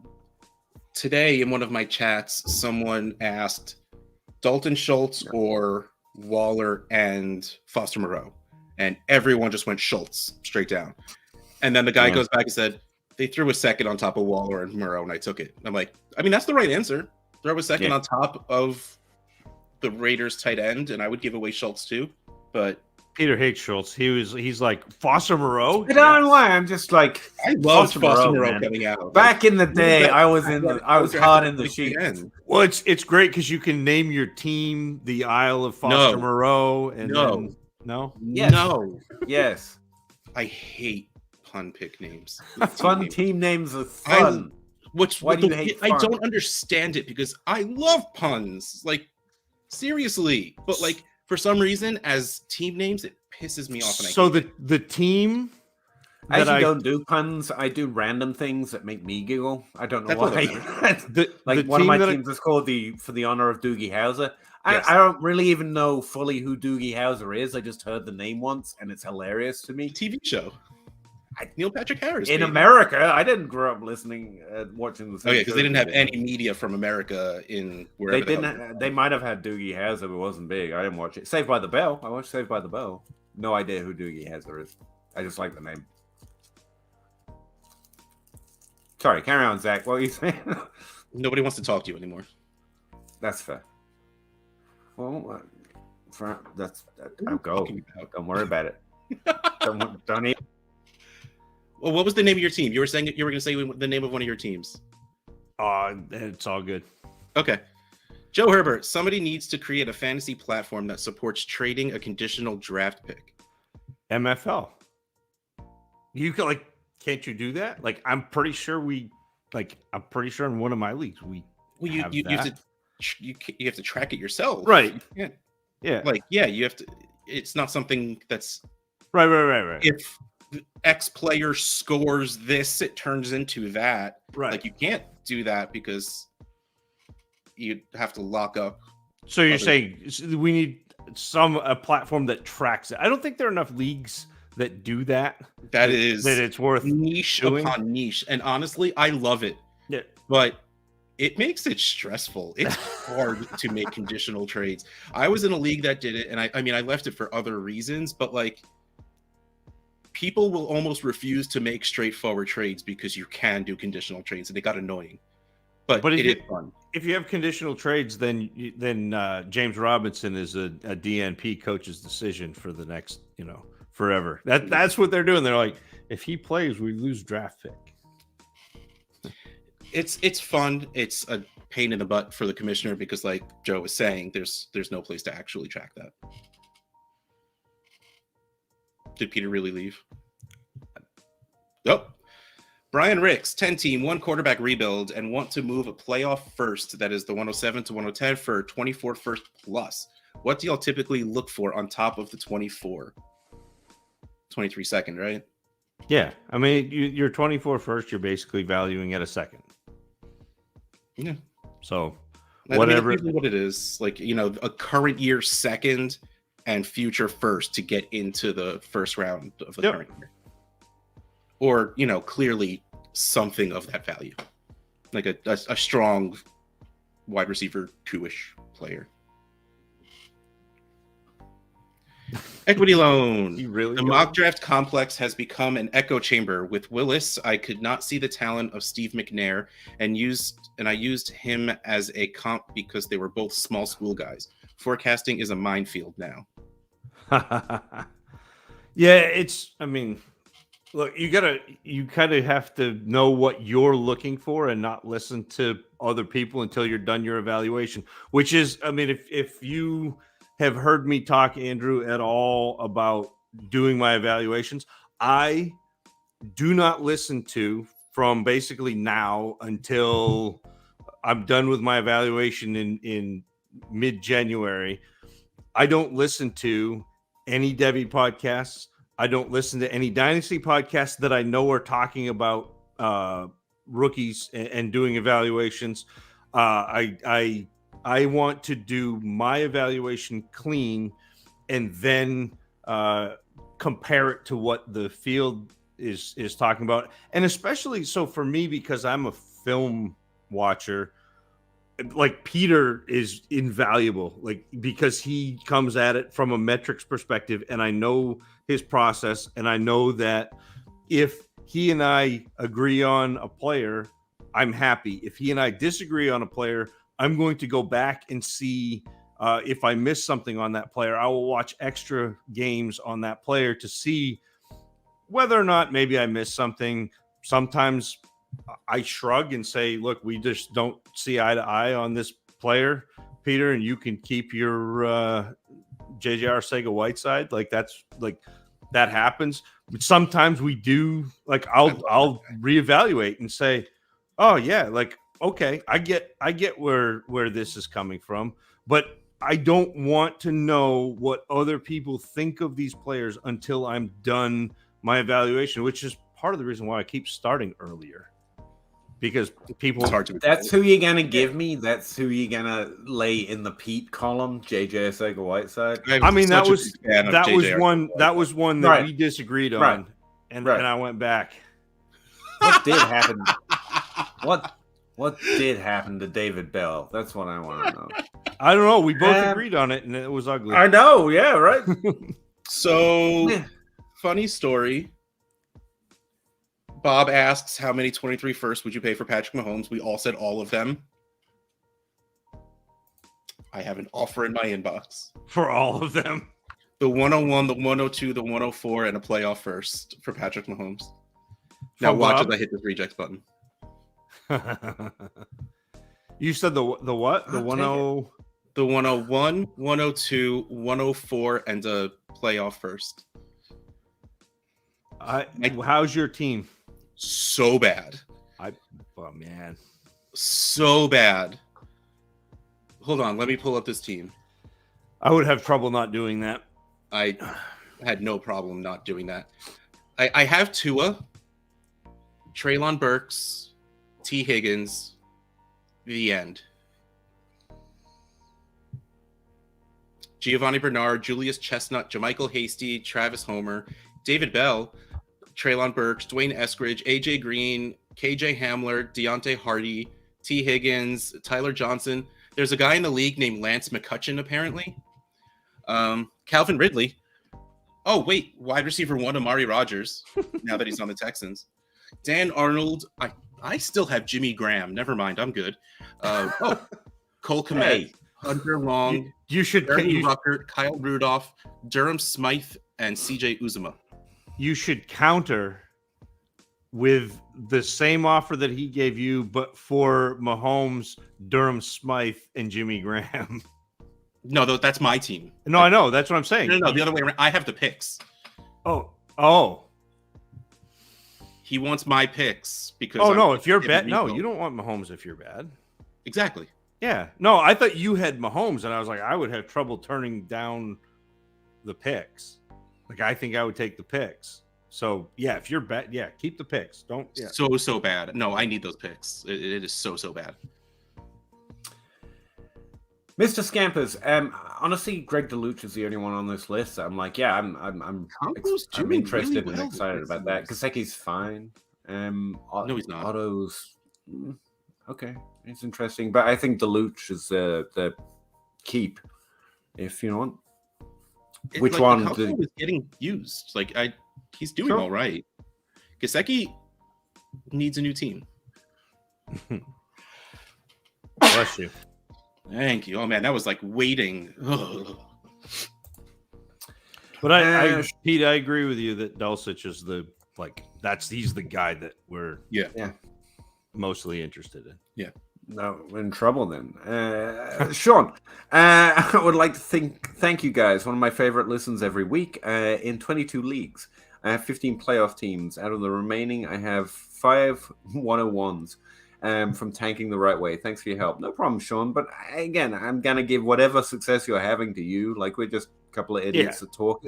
Hopefully, bouncing some ideas around helps. But like, I'll you're keep it doing credit. well, not us, man. You're welcome. Keep it up. Definitely. I like the It was all Russ. It was all Russ. Miss Scampers, I would like Nick Chubb and Najee to do well rest of the season. Please don't put that on me. Thanks. I mean, It we would be hope they do nice. too. Najee will be all right. Nick Chubb's got an uphill battle, but he is Nick Chubb, which is, I believe, his legal name. Nick Chubb. It's really hard to spell on the birth certificate. You've no idea. Everyone keeps thinking it's just my usual Twitter stuff, but no, that's literally it. Yeah. Equity. At House, great point on Chubb since Dogwood Dog took over. But buy low and hope the next year we'll get. Yeah, just old run it. We'll be buying points when the off season hits, and Nick Chubb's just friendly been that guy. Minnesota Monster. Rational thinking says that Mike White versus Detroit. Would you second guess with Purdy at Seahawks and Rodgers at the Rams? I don't think rational thinking versus Mike White versus Detroit is the right answer, though. I still think it's Purdy. Like, based on what we've seen, I think the answer is Purdy. Seahawks aren't great on defense anymore. Like they were doing really well at the beginning of the year, but that's been slowing down. So I think the answer is Purdy pretty easily. Rational thinking can get you to multiple answers. They don't tell you that, but I think Detroit's pretty bad against the pass too. I mean, yeah, but woof. I think that's a tough decision. I think that's a tough decision. You're going to see Mike White do. You remember a couple weeks ago where we were like Mike White and the Vikings, and he's going to throw for 300 plus yards. It's a similar situation where Detroit gives up yards through the air in droves. I mean, you just had 21.2 adjusted fantasy points. That's adjusted by the schedule according to 4for4. Like, it's a hot matchup. It's actually got the highest Vegas total as well, 44.5, and it's meant to be a tight matchup too. Like, it's a 1 point difference. It's a push. So, like, I can see how he gets there. And you're in the same place. Is that Aaron Rodgers, by the way? Because it's got to be. Was there another? Well, it's just neither of you considered him, and he's got a decent. He hasn't broken 20 points the entire season. Yeah, which means he won't next week. Yeah, that's how that works. Not really. That's not how that works. But yeah, he's actually second in these projections. I think it's fine not to start. But yeah, scoring 20 points multiple times or not scoring 20 points multiple times doesn't mean you're less or more likely to score 20 points the following week, since it's based on a whole bunch of variables and not one of them is your fantasy points scored last week. So yes, mathly, 20 points per game or more doesn't necessarily project that next week they're going to do it or not. Yes, it does. It's part of the gambler's fallacy. Yeah, I would still say for the sake of argument. Brock Purdy is the projections choice. But it is a tight decision. Honestly, it's for me, what I do there is start the one I want to watch or want to root for that particular week, whichever game I think is going to be the better game. And that's where the Mike White is a tough decision because Vegas thinks that's where the interesting game is. But look, you can have gelato in December. Fair. They're all actually. What's this? What is this? Oh, I've got it set to half point PPR. Not that matters for this one, but that was silly of me. Silly Peter. It's like a 2 point projected difference, though. I'd probably still top Brock, but I'm boring. I'd follow projections and stuff. You do you, Minnesota. Jason, would you be interested in Brandon Cooks for the next season, hoping he ends up on a better team? It depends on what you can get him for. Yeah, it's a what's the value question. Couple of thirds, yep. Probably not. I mean, to say he looks slowed down a bit is like probably just because he didn't want to try anymore, like Allen Robinson last year. I wonder how much that builds into the end of a player's career in general. You know, it's probably down to the individual. But I know at 41, I don't want to try anymore. I actually looked Cooks up recently. Like someone in the Discord was like, "Do I sell Cooks?" And is the same answer. It's like for what? I don't think he has much in the tank value wise, and so he's mostly a hold for me.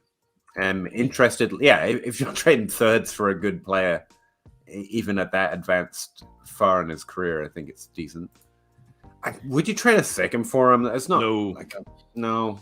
It's just like you can probably do better with that. it. I just turned down Zay Jones and a late first for Brees Hall. Why wouldn't he give be thankful to get Zay Jones and a late first for Brees Hall? He's competing. He needs those Zay Jones points. He does not at all. Say my name. I hate when people build teams really well. Like this guy has Brees Hall on the IR, and I forgot who else. One other good point scorer on the IR is in third place. He has the 3 seed and has 3 firsts. Nice. Screw that guy. Just tell him that Zay Jones has had 20 points 3 times this year, and therefore he's more likely to score 20 points next week. Obviously, that's all I'm saying. That's what you should tell him. I literally looked that up so I can count. Drew. So I think our answer is yes, but for a really low value on Brandon Cooks. Drew. Brantley. 23,102 for Pacheco. Don't trade a first for Pacheco. I like him the more I watch him play. I mean, that's fine. I think he's decent, but he's. But like you're gonna get a guy that's Pacheco in the first. Like for that value, yeah. No, I'm not giving a first for Pacheco. But sorry, that was a start of a separate conversation. The answer you can like him, like that's fine. Like if I have him on my team and like I'll play him. I'm not going to be unhappy having him. But if someone gives me the 112 and I'm not in the playoffs, I'm going to take the 112. Yeah, it's the right answer. Ryan, I've seen Fields go at the 110, the 112 in 2 straight Superflex drafts. I'm guessing this week. What do you guys think of this? Yeah, absolutely. If you want Fields, that's probably what you're gonna have to do. Yeah, that seems fair too. Because you're gonna always, we talked about before. We have the top 3 QBs, and then there's always going to be like Lamar and Burrow will probably go. Then you're going to get the 3. You're going to get Chase, Jefferson, probably Jonathan Taylor, even though he doesn't deserve to be there. And then after that, you take Fields whenever the hell you want. I'm probably taking him over Dak and Tua. I know, Peter, that's a. Notice I did not say those names. Like I'm probably taking him over them. Yeah. The rushing is just there. Yeah. Well, it's just. Where do I have him ranked? I probably have him ranked too low at this point, but like at the 112 in a startup, I don't have him on my first 12 picks, put it that way. So I'm probably taking someone over him. I've got Josh Allen, Mahomes, Lamar Jackson, Hurts, Jefferson, Chase, Herbert, Joe Burrow, Kyler Murray, Jalen Waddle, AJ Brown, then CeeDee Lamb, and then Dak Prescott, then Tua, which is probably about where Field should fit in. So I still probably have a few over him, but like he's a quarterback. And so, yeah, that's probably fair. Do you think Kyler Murray is taken in the first round of a startup right now? Like I really haven't looked into the injury, I have no idea on the value. Even if it was the cleanest of ACL tears, he's not making it back for the beginning of the year. Mm-hmm. And because it's December already, like he should be starting to rehab preseason. Okay, but say he's out for next year. Like quarterbacks especially have like 10 and 20-year careers. Am I really gonna not like Kyler Murray anymore for the next 18 years? Oh no, I didn't say. I mean, getting drafted in the second round of a startup isn't really disrespectful like that, but that to me though is difficult because that completely changes your startup strategy. So if you draft Kyler Murray in the first round, you are going to go productive struggle. Yeah.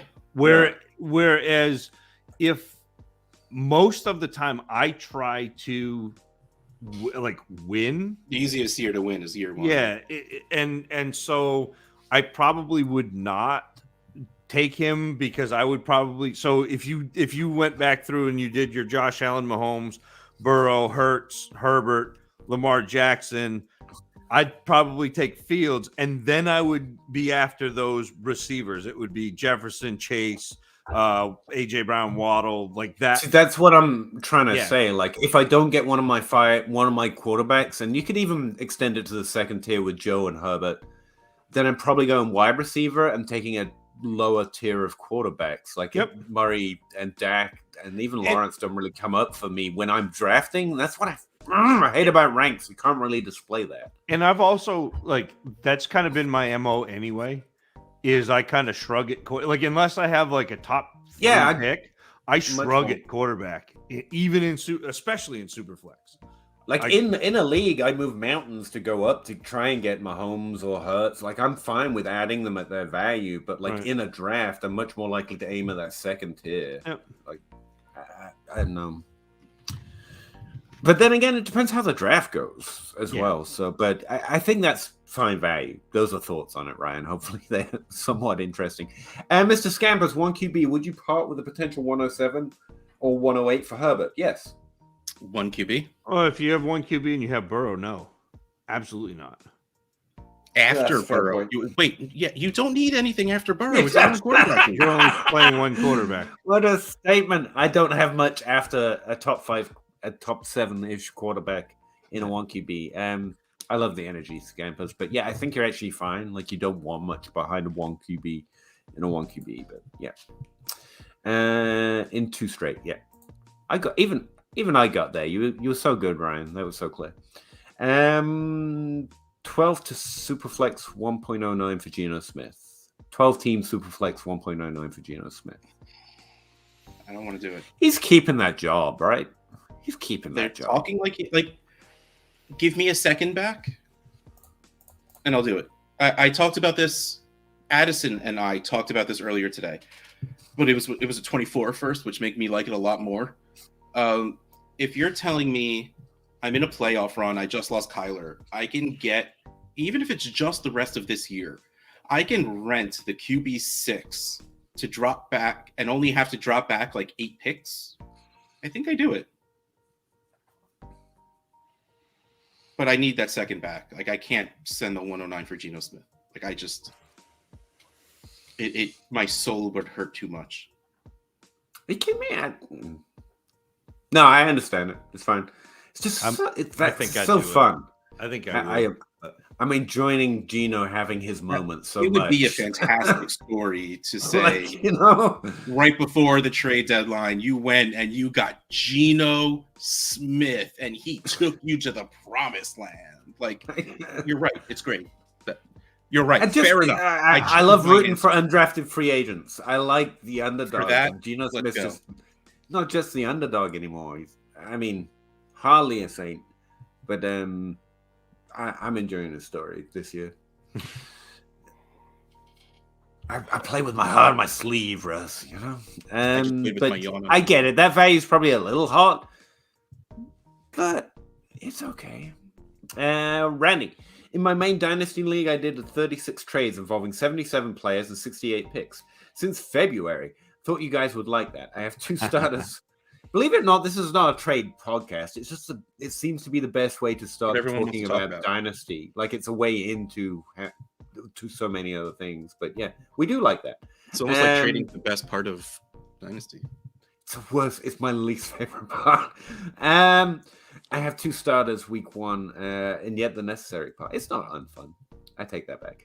I have 2 starters this week. That are still starting for me. Right. So he traded everybody but 2. Right. I thought there was a question coming, so I couldn't understand the grammar. No. But he was just congrats, man. On. And that's something I think I want. That's Dynasty. A lot of your roster changes. It should. I want to go through the Trade Addicts leagues and total up ranks for all of them the amount of trades and the percentage of them that were mine. Like, I'm curious to see if I hit at least 50% of the Trade Addicts trades. I know that the percentage of my trades that are yours is like high 80s.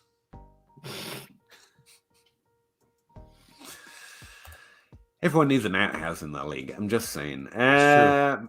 Mark Paul Gosseler, you're doing this on purpose. Or Well, you said Neil you Patrick watched Howard. This Zach Morris. Yeah. I don't know their Pay for the bell. names. Zach Um, Morris, I- Pay for the big bell, cell or Doogie phone. Howser. Neil Patrick Harris, I know who that is because Because he was Doogie Howser. Yeah, we He was Doogie established Howser, this. yeah. No. Don't-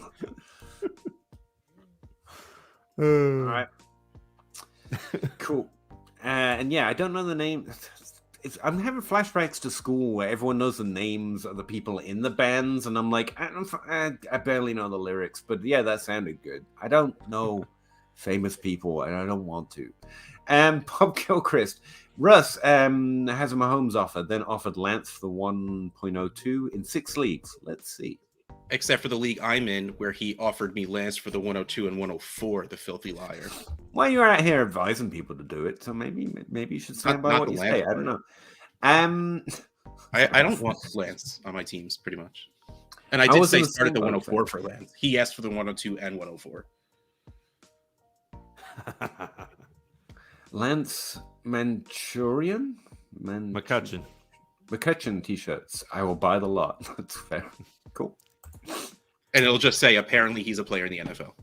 Apparently he's a player in the NFL. Don, is Hollywood brand DJ Moore too much to give? No, that is not too much to give Nope. for Jamar Chase. That is That's too little to sensible. give for Jamar Chase. That is insanely little to give. Yeah, there you go.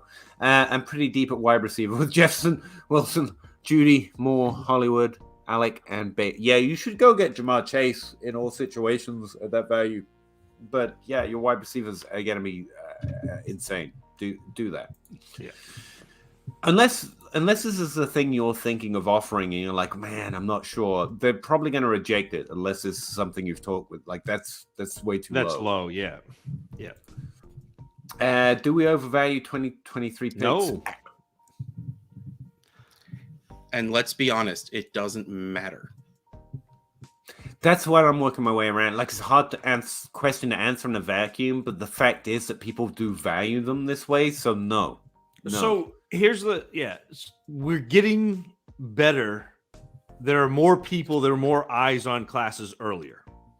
Mm-hmm. So if Dynasty was as big in 2017 and 18 as it is now, that would have been the value of this class. Reminds me so much of 2018 because everyone's talking about Bijan Robinson, Saquon Barkley, but there are also another Russ. What did I tell you? I've watched 9 running backs and 7 of them I've been like Something along the lines. Yeah, you're interested.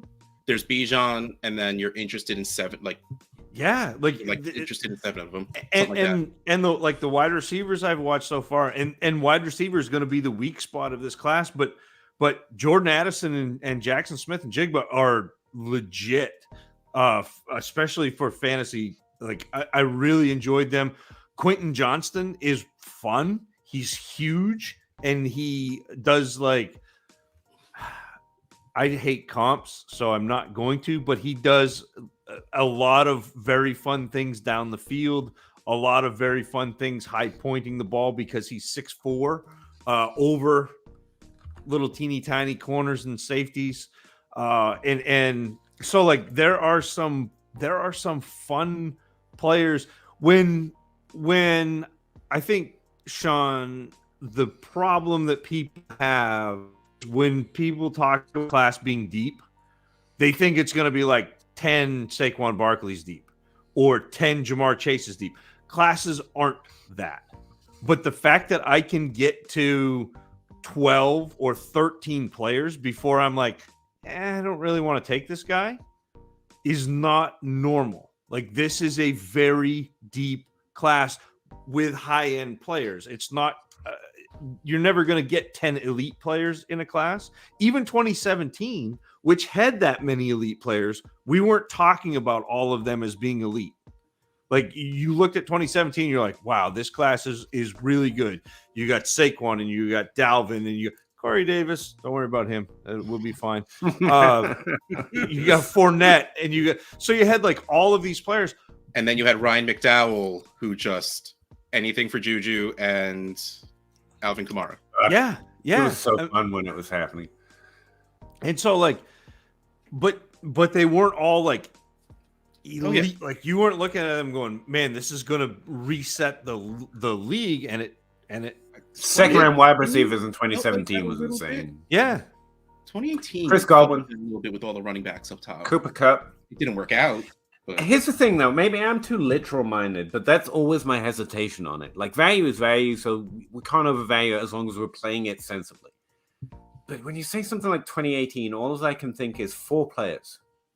You've got Nick Chubb, Saquon Barkley, DJ Moore, Calvin Ridley. And I get they weren't all drafted 1 to 4, and so there aren't 4 draft picks that hit. Don't get me wrong. And, Cortland Sutton had a season and he's had different value spikes. But what my mind literally translates that to is there are 4 players and we're paying insane levels of value for 12 shots that maybe those 4 players and a couple will fall into the second round, like we were just talking about. That's what always makes me tighten up a little bit on it. But who am I missing on 2018? You're skipping over Darius Geis, who was going to be a thing. Yes, but wasn't. Rashad Penny, who... Screw that guy. But Peter, you're talking about like that was they were all going to be very good in this league. Like, but weren't. But you can't. But yes, they weren't. But now we're getting back to the injury thing. How you can't predict that. Like Geis got injured, and then Geis was a fall in the draft. It seemed the NFL lost interest in him a little bit, right? I mean, he fell to the second round. Yes. It was a big, I seem to remember on draft day because that picture came out or something or whatnot. He lost opportunity because of it. No, he fell to the second round. Like he fell a little, but it wasn't like okay. But like all of these, like Sony Michel, like all like man, like you're talking. How many first round running backs were there in that class? There were like at least 2, maybe 3. So it was because it was Barkley, it was Penny, it was Michel. All went in the first round. Yes. But again, I'm not trying to disagree or have an opposite take here. But just explaining why I get squeamish. It's because my mind defaults to all these players that we look, and I agree. I was there, and then 4 work out. But you're getting squeamish over things that like you don't have any control. It no, wasn't but like I can know that this deep, and quite often that deep defaults down to a very small pool of those that were lucky and didn't get injuries and didn't get draft falls and I mean. But if you don't the practicality of it, I know. If you don't start with it, how about this class? The class that we got right now. How are the running backs now? Because we started with 1.5. How many do we have? I mean, Hall's injured. None. Walker's injured. We got Walker. No, Walker's injured. Yeah. What are we doing? Travis Homer is the guy now. I mean, like that, but that's what I'm saying. Like if you start with a big pool, it's adjusted. But that's adjusted for. Like no one was trading for Breece Hall's draft pick costs less right before this year's draft than Brian Robinson's draft pick cost a year and a half ago. Like that's adjusted for. We know when to expect deep because exactly what you're talking about. Like we're getting better at it. We knew to expect, and so like you paying extra to get Brian Robinson. It's already like he better hit. You know what I mean? And I'm not trying to disagree. I'm just understand and trying. I mean, the same was why I get squeamish on it because I know 3 years down the road, due to things we can't predict, we'd be like, nah. But the same was true with Saquon. Like that Saquon pick was insane. Yeah, and got that right. We're probably get the Brian Robinson pick right, but are we going to get the 107 that we're trading for right? Even the 104 or the 105? I like to think we do a good job, but it's just that's the squeamish nature I get on it. It's just the things we can't predict stick in my head. It's interesting.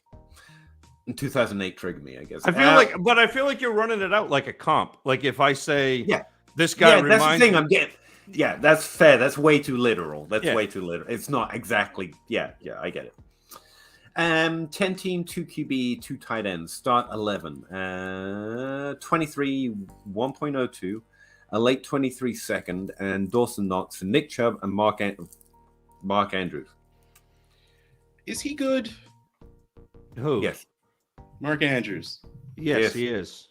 Why isn't he doing good? Because he's hurt, and so is his quarterback. That's not good enough. I know. The guy who throws it. Also, I do think this is something I should have tracked down a little bit.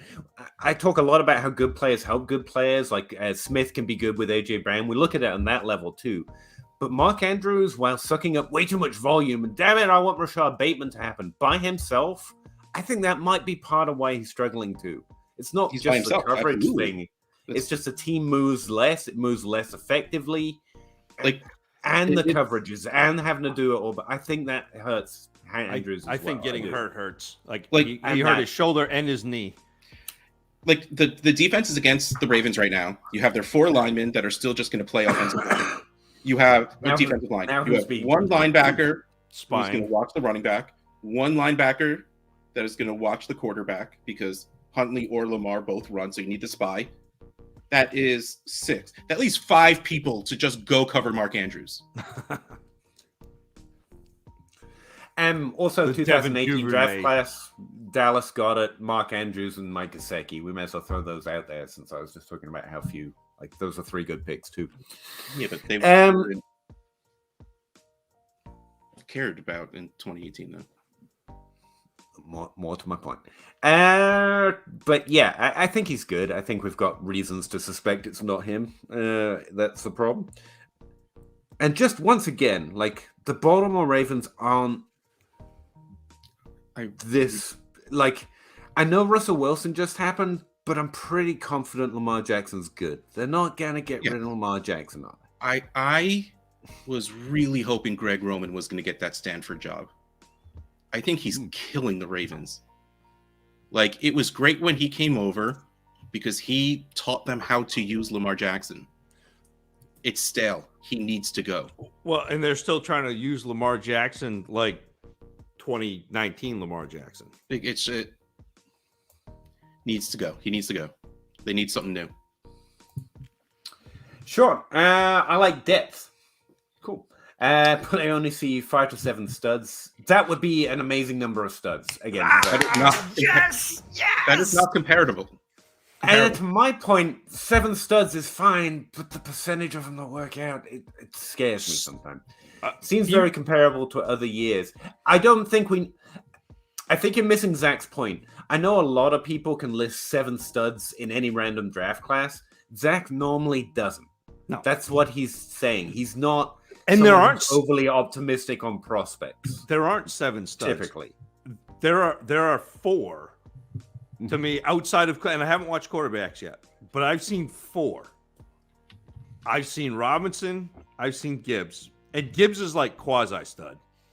And then I've seen Jackson Smith and Jigba and Jordan Addison. But there are also another 5 running backs or 6 running backs that I am interested in, which does not happen in classes. Like, it just does not happen. And again, Sean, to your point, I know exactly what I mean. Like, I've been ranting and raving about how Twitter makes me feel like every draft class is just stocked. But that's where you hopefully find people you find that you get good ideas from and you know where their level's at. And like, just from me to you, Zach normally isn't all about the depth of studs in a class. Like, this is exceptional. And I also, again, the reason we recommend Travis May, who's now at Mojo, and also, what's his name? Dynasty Kane. Devi Kane. Is because they tend to know their stuff. If they say there's a lot of studs, that's not usual. There's a lot of studs. That's notable. But Devi _Kane on Twitter, and Devi Marketplace is his podcast with Shane Hallam, who is also great. And we should do Zach's typical shout out as well from Felix Sharp. Yeah, I thought he might want to do it. But yeah, from Campus to Canton, again, everything's relative. And every draft class is overhyped. But the reason even I'm being squeamish on it is the people that I trust that normally won't exaggerate, in fact, they'll be pessimistic, are there too on this class. We'll see how it works out, but there are good reasons to suspect that it's not just the usual hype. I will say that. Again, the last time I saw the people I'm talking, I just listed to you. The last time I saw him this excited was not 2021 or 2022. It was 2017. Like it was the class. It's a little early for my trends, which is why I'm squirming a lot this year over the rookie class.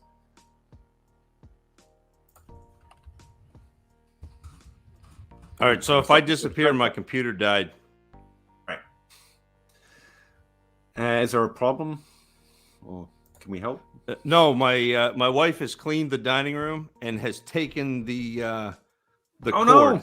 And so I have no idea where it is. And I just got a message that came up that said your computer is going to die if you don't plug it in. And I looked for the plug and I don't have it. So it's been cleaned. It's okay. We're getting close to time anyway. I'll try and speed up and get us out. Grimley needs a quarterback, 4-point passing touchdown league. Daniel Jones or Mike White is a common option this week, or Geno Smith. And I think it's Geno Smith. It's Geno. Equity loan. Thursday night is Steelers. Could be tough. Niners better team. Going to be loud. Oh, yeah, the 11th man or whatever. It's still Geno. Yeah, Geno don't care. This season, he don't care. PPR start 2. I still think Mike White's going to have a nasty week this week. Could be. All right, there you go. Ryan, start 2. Pacheco, Swift, ETN at Dallas, or Bam? It's not Bam. That's Donovan Knight. I would go Pacheco and Bam. I'm not starting Knight this week. Who are they playing? Detroit. Oh, who just gave up 23 yards to Dalvin last week. Yeah, that's rough. But like, Swift and ETN haven't done anything. Well, I mean, Swift has been better lately. I'd rather start Pacheco and Swift. I think. Yeah. Yeah. If you're telling me I have to pick between Swift and ETN, I'll take Swift. Which is weird because ETN was doing so well, but then the offense started to do better and ETN started to do less. Weird. Tight call. I've got it as Pacheco, to be honest with you. I didn't put ETN in there. Oh, do I have to? Yeah, it's just Pacheco. Okay, Bob. Why so high on Kyler? Hard question to answer. He's just produced in a manner that I consider to be a top 5 level. I think he's pretty accurate, pretty talented college quarterback. He seems to be downgraded because he's short, and I think that's a bad reason not to like a player. He is good and scores pretty well in fantasy when he tries. Yeah. When he's not playing Call of Duty, is it? Anyway. Yeah. Bryce Blankenfeld. Dak plus 103 to tear up to Lamar. Lamar's injured right now. If you're competitive, I don't know it's a move right this second. If this is a super flex, I definitely do not do that. Yeah, the 103 is almost too hot between the two. You're probably getting a second quarterback. You'll end up with 2 quarterbacks if you have Dak and the 103. I would absolutely take Dak and Stroud or Young versus Lamar. Yeah, I think that's too hot right now, Bryce. 12-team Superflex, half-point PPR, 102 for... Yeah, even I would take J.K. Dobbins for the 112, right? That's like right at... That's like right at, but... You don't want to sell for less than a first, but you don't want to buy for more than a second. And the 112 is kind of the definition of that. I like it, but it's borderline if you don't feel comfortable. I loved seeing him productive this weekend, but he ain't what he was yet. That's fair as well. Going to be at all. Like if you're at all building or not competitive, you'd probably rather go for different positions at the same value, I guess. Yeah, I don't see a reason to do the 112 for Dobbins right now. Let's put it that way. All right.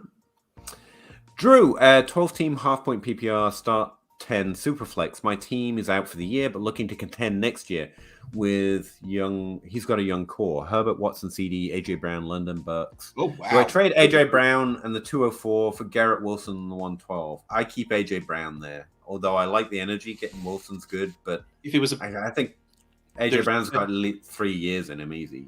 That needs to be a better pick for me. Yeah.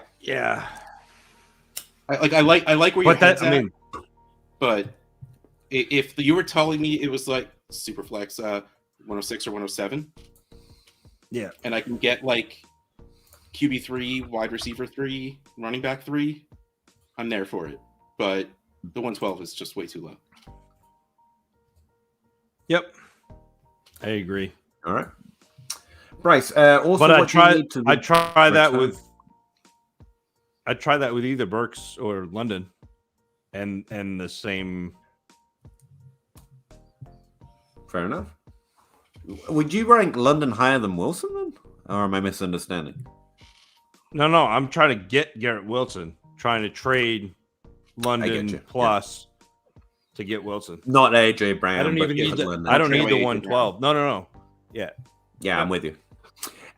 This is a difficult question, Bryce. I think all of us have Waddle in a tier that's above most. Like I have him in top tier. I have him with the AJ Brown, Justin Jefferson, Jamar Chase kind of cohort. There's very little I move him for. I want 3 firsts in value, like anything I want, kind of a thing. If you're building, I get breaking him up into those pieces, but otherwise, I mostly keep him. 12 teams with flex start 10. Doesn't change what I've said so far, so I think we're good. Anyone? Is there anything particular you'd break Waddle apart for? No. Last question before I bow out for the night. Thank you for joining us, by the way, Ryan. What are we thinking of Christian Watson's recent success? It is good. I think it's highly indicative of his limited consistency. But again, consistency isn't a thing. I just think he has a lower expectation than the 3 players I'd rank above him overall over the next 3 years in fantasy football. But it's definitely been good. Like I've been really encouraged. But read the last part. I'm currently bullish and acquiring for a second, easy. All day. Easy, Every single league, I don't care what position my team is in. I go get Christian Watson for a second. I don't think it happens. Yep. I tell you what, if you can trade for a rookie wide receiver that's averaged over 16% target share over a 4-game span for a second-round pick, you always do that. I would say that. Yes. Yeah. Yep. Just that, and he's done a little bit better than that. Especially once we count the touchdowns.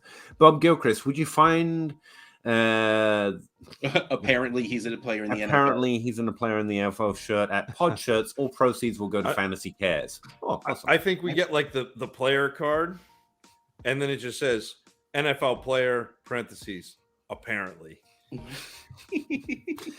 I'm sorry, Peter, I wasn't bullying. In fact, I would have wedgied you in high school. No, you're good, man. Bully me all you want. Like, I'm not here online, not expecting to be pushed around a little bit. You're good. I love language. That was an image I didn't. That was a good Mr. phrase. But that was great. Njoku's value in around 2 random seconds. I would say 1, and I don't want it. That sound fair? Yeah. 1 second, I don't want it. Yeah. I might do a second and a third. I really appreciate that, Mr. Scamper. Second and a third. I think that's okay. I'll go with that. Would you take the 107 for Javonte Williams? I would be getting Javonte Williams for the 107. I would take the 107 for Javonte Williams. So you prefer the You would rather have the 107 or rather have Javonte Williams? The pick. It's that injury recovery thing again, and running back's a little more. Yep. No, I totally get it. I want something else. Man's word is Bible. Yeah. Todd McShay's mock draft, his very first mock draft, had the Broncos taking Jahmyr Gibbs. Oh, that would suck for Javonte Williams for sure. I mean, I don't. Yeah, that's a little too hot. I don't think Gibbs is a Swiftian to me. Okay.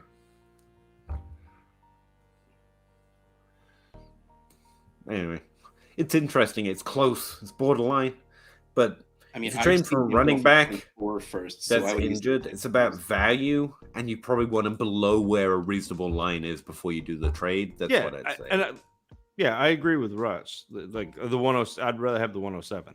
But get a second back, and I might fight for it. Nicholas Schultz, I traded Lance and my 2023 playoff first for a 24 first and a 23 second. And Trevor Lawrence a few weeks ago. I like that trade actually. Lance, late first. I would rather have first for Lawrence. Oh wait, no. Lance he and got Lawrence a first and a second. First. And yes. He just switched where the first was and Love moved it. down a little bit. Love it. Drampton, thanks for the $7.99, man. We don't know where it goes, but we appreciate it greatly. What trade calc would you recommend most? Okay, I'm gonna go around the table here. Signed up for the Dynasty trade calc. I like that one, but have found channels referred to DLF count more frequently. Probably because you're talking to a lot of DLF folks. They're both very good. Those are my two top DLF recommended. Channel, if you listen to my show, we're the DLF family podcast. I use both of them and see how each of them makes me feel and make a decision based off that. So the answer is literally the way I run it too. Like, I wouldn't say one superior to the other. Like, I love the DTC guys anyway, so I've got no reason to say their stuff's bad. I would if I didn't like you, Bob, by the way. If you're not nice to me, I will. No, not really. One thing I will say, they're both very good. DTC has personal bias baked into it strongly sometimes. It does. Yeah. Go check out the Kyle Pitts value. Because, Pitts is worth 85 points. Yeah. There's a Tony Pollard is worth DK Metcalf pretty much. Like, it's ridiculous. There's a couple of things that are but like Bob says a couple of comments down, or it might be the next one, they both pull their info separately. So yeah, it's a good comparison. Yeah. So it comes from different areas. So I use both. That's the real answer. And I think that's the best way of doing it too. Like, you just get ideas from a trade calculator, and then you go and do something that makes sense for your teams in your leagues and their teams in your league. Again, to go off book, because I'm not a company man, damn it. I don't mind plugging it into the free ones. Like, Keep Trade Cut has kind of a wild one. But again, if you're just looking for ideas, it's free. You can just poke around on the values there and see if anything pops up. But as far as paid calculators go, those are the two. If you've got the DTC one, you don't have to pay for the DLF one, but DLF comes with a whole host of other stuff, from articles to data as well. So company man and all, but I do think it's actually worth it. Oh, like if you had to choose between the two, yeah, but like no, I mean, he's already got DTC and he's thinking about maybe he needs a DLF. I would say if you're gonna do, you get a lot more. And again, whatever your budget is your budget. If it's over it, like, I'm not going to force the issue. It's not essential, but it is pretty good value for the both. We lost Zach, damn it. Equity, welcome back, man. I watched college because I was a fan before the NFL. Watched every game for those guys. From my eyes, Zach, running back C, running back from UCLA is my favorite to watch. That's good to know. Again, we lost Zach. I love saying Zach Charbonnet. That's really my extent on it. But Zach has talked about liking him as well, that he could be interesting. Which is a good sign, in my personal opinion. Flowsaurus, where are you guys at on Geno Smith next year? We talked about it a little. I think he keeps that job, and I think what he's doing is great. I think he keeps the NFL job, which is silly because the Seahawks moonwalked into getting the second overall pick, and they're not going to use it on a quarterback. If they're lucky, someone pays up to go get that second quarterback, and they can get a bounty for it.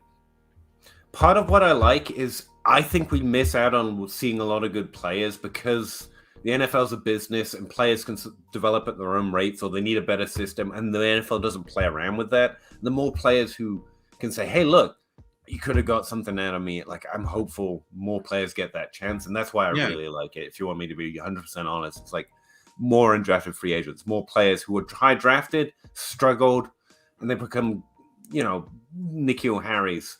It's a far off flung dream of mine, but that's why I really like it at my core. Yeah. Bob, thanks for using the DLF one too, by the way, man.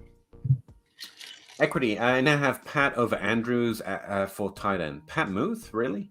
I like that, but I think most would call you crazy. I was looking at it again today. I still think Pat Moose is underrated for like that Hawkinson Dallas Goddard tier, but it's fair to say Pitts has more upside for just the level of opportunity he's co-opted. Not his athleticism and stuff, but he has like a 23% target share to this point on a weekly basis. It's pretty impressive, and that rate's closer to Kelsey and to Andrews. So Moose is strongly my 4 right now. Yeah, Muth is very solidly in that second tier for me. I like that too. It's been a while since we had a middle class of tight ends. I'm just saying, I'm here for it. I agree with you, and you're right. Yes. Equity, Nicholas, great trade. I think he did pretty well too. Thanks, guys. I'll try to move the 103 and the 104 plus for my top guys. Yeah, I think that's always a solid move. But again, man, always if you feel comfortable with it with just 3 Jamotes who play Dynasty. So just ideas to bounce. Really appreciate taking them into consideration, though. These were my wide receivers. Those were his wide receivers, by the way. So the ones he listed, we couldn't be sure if those were his top guys. They were his. Or the one. So yeah, we nailed that. Cool. Thanks very much, Brian. Of course we did. We're us. Gavin Cram, is it possible to win it Yes. all with Swift, ETN, Monty, Jamal, Foreman? Yeah, honestly, especially in the playoffs, yes. Rest of season. Lamar, I'm worried about, but you've got Geno, so that's solid. Tyreek, JJ. Honestly, yeah, you've got a really good shot with those wide receivers upside. Andrews is struggling, but I heard someone say that Khalil Herbert's coming back now. Really? If he doesn't, Monty and Foreman are going to be good for the rest of the season. And you get to sprinkle in Swift or ETN if you feel like it. But like the rest of your team is very good. So I think you will absolutely have a chance to win with that. I think you've got Swift and Jamal. Swift has turned up here a little recently, but like I think you've got a good balance here. You definitely have a shot. Yes. I think I agree. No problem, man. Thanks very much for checking it out and asking. Jay Cuban, what do I do with ETN? At this point, you hold. If you can sell him for what he was worth a month ago, yes, sell him. But if you can't, you hold him because there's no reason that went away. Like I don't know what happened. He was always pushed up way too. Like at the time, I said it was too much, and was heckled for it on Twitter, at least, by the way. But not even I saw this. I thought he was going to be a pretty decent top 12 quarterback, and so I think it's a little low right now. There are very few good young non-injured running backs going into the offseason apart from the rookies. I think he probably, especially ETN, with the amount of hype he had behind him anyway. Yeah. You could see a value jump this offseason, so don't panic too much. If you're talking about starting, yeah, he's a tough start. Yes. But as far as Dynasty goes, in general, you're holding right now. And I think you'll be okay. Likely his value is going to come back this offseason. Yeah. Do you trade him? Probably not right now, but it's about what the trade is. If you're getting what his value close to what his value should be, then you do. If you can walk away with almost top 5 running back value, then yes. But otherwise, you just sit and wait because he can do that. We've seen him push himself up there. The value get up there. I'm a little more cautious on him, but even I think he is a little underrated right now. Well, he got up there this season by default because the amount of people that were hurt and everything. Not exactly. Yes, absolutely. But it happened. So you might as well ride that out to, I think so. Even if you have to wait till next season, he'll score points more next season and you'll get another window. So I think, and like outside of a trade, I don't expect you to get. You're holding. You're good. You're okay. You're not sad about it either. He's good. No, I mean, no. Any thoughts on wide receivers' future at Tampa? Traded away Evans early this year, but still have Godwin. Wide receivers. He's 26 and really, really good. He has done well with no matter who the quarterback was. Godwin is very, very good. He's a very good route runner with great hands. I also just love Penn State pass catchers, but I don't worry about either of them because Evans is what he will always be. He's a gigantic man who will catch the ball and fall down. And a lot of the times it could happen in the end zone. And then Chris Godwin should get more targets and do something after he catches the ball. I'm not worried. Let's put it that way. There is a concern. Look, there's clearly a concern because quarterbacks do matter to wide receiver production. Yeah. Like even I'm not go that far. But like we were saying about wide receiver landing spots, like we know these guys, you don't even have to question whether they can. They just need something borderline replacement level, and they're gonna do things again. So broadly, you're good. Don't panic too much. But again, with older wide receivers, you're getting really great value on them. To get younger in a building situation, that's always an option. But right now, for these two, because their value is muted, again, you're mostly holding. And it kind of sucks. But yeah. E. Johnson, start Fields over Lawrence this week. Yes. That's killing me. Haven't had start sit questions all year, and then suddenly you're like, hey. Playoffs, now it matters. Yeah, I know. I should have seen it coming. That's why I'm actually mad. Yes, you're starting Fields. I think that's just it's Fields 100%. Yeah. But you're very happy to have both, by the way. I'm very happy to have both. Yes. He played before the bye, so he's healthy. So yes, start Fields. What would you give him up for? ETN? Is this? Yes. Top 5 rookie pick. Yeah. I mean, you're not getting the 101, 102, 103. Like, start at the 10. Like, yeah, 104. That's my answer. 105. I don't know enough about Jahmyr Gibbs, and we don't know where he is landing to be able to say I would value them equally. So I'm going to take ETN over him right now. Outside of that, because not everything's rookie picks, that's just to give you an idea of his value, unless you can get that exact trade. Wide receivers, I would trade him in for and consider that fair, even though I don't expect you to get it right now. You're looking at Treylon Burks. I think Treylon Burks. Okay. Hold on. I think Burks is slightly underrated. That's why I went there. It's Treylon Burks and up. And if you don't like Treylon Burks, like you don't have to like Treylon Burks, but someone in that relatively positive rookie season, but not Garrett Wilson and that kind of line. You could also go for like a second-year player, I guess, a Devontae Smith, and that's low range. I just pulled up the values in the DLF trade analyzer. ETN is worth Amon-Ra St. Brown. That's probably working off November ADP, though, it right? Is. Yes, but and that's the kind of thing that you want. Yeah, ideally, yeah. I mean, your go-to CD Lamb or DK Metcalf. Yeah, it'd easily take either of those. I mean, honestly, that's the level I'm at. If I'm not getting that out of ETN, I'm just gonna hold. And I would normally default to Russ on trade value, so just hold if you can't get. But also, I don't have an ETN, so it's not gonna happen. I'm more likely to be pessimistic on a running back. That's the other thing. What is the 2023 101 worth? We went over this a lot earlier. Everything. So watch it over. No. Depending on if it's super flex, obviously this changes a lot, but you should value the 101 as if it's worth what Saquon Barkley is after his rookie year. Like anything you want, obviously you're not going to get anything you want, but it should make any trade you want possible, even if you have to add or juggle it a little bit.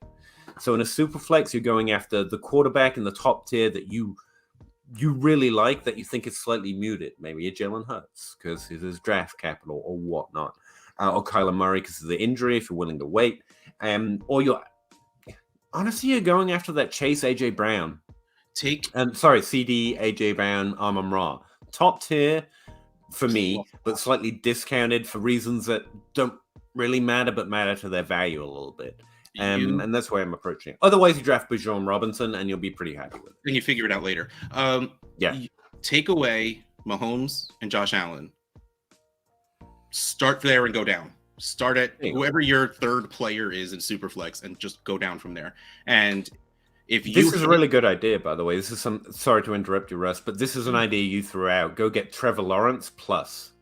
This is something you can get plus. Like I'm just giving you. I'm being a little exaggerated, but it's to prove a point. Bijan Robinson will walk in to the NFL as the running back 1. He will be drafted in the middle of the first round. Yeah, of the startup. Sorry, he'll probably. I mean, McShay says he's getting picked number 5 overall by the Eagles, because that's the Bible. You can no trade offer besides Mahomes and Allen is egregious for the 101.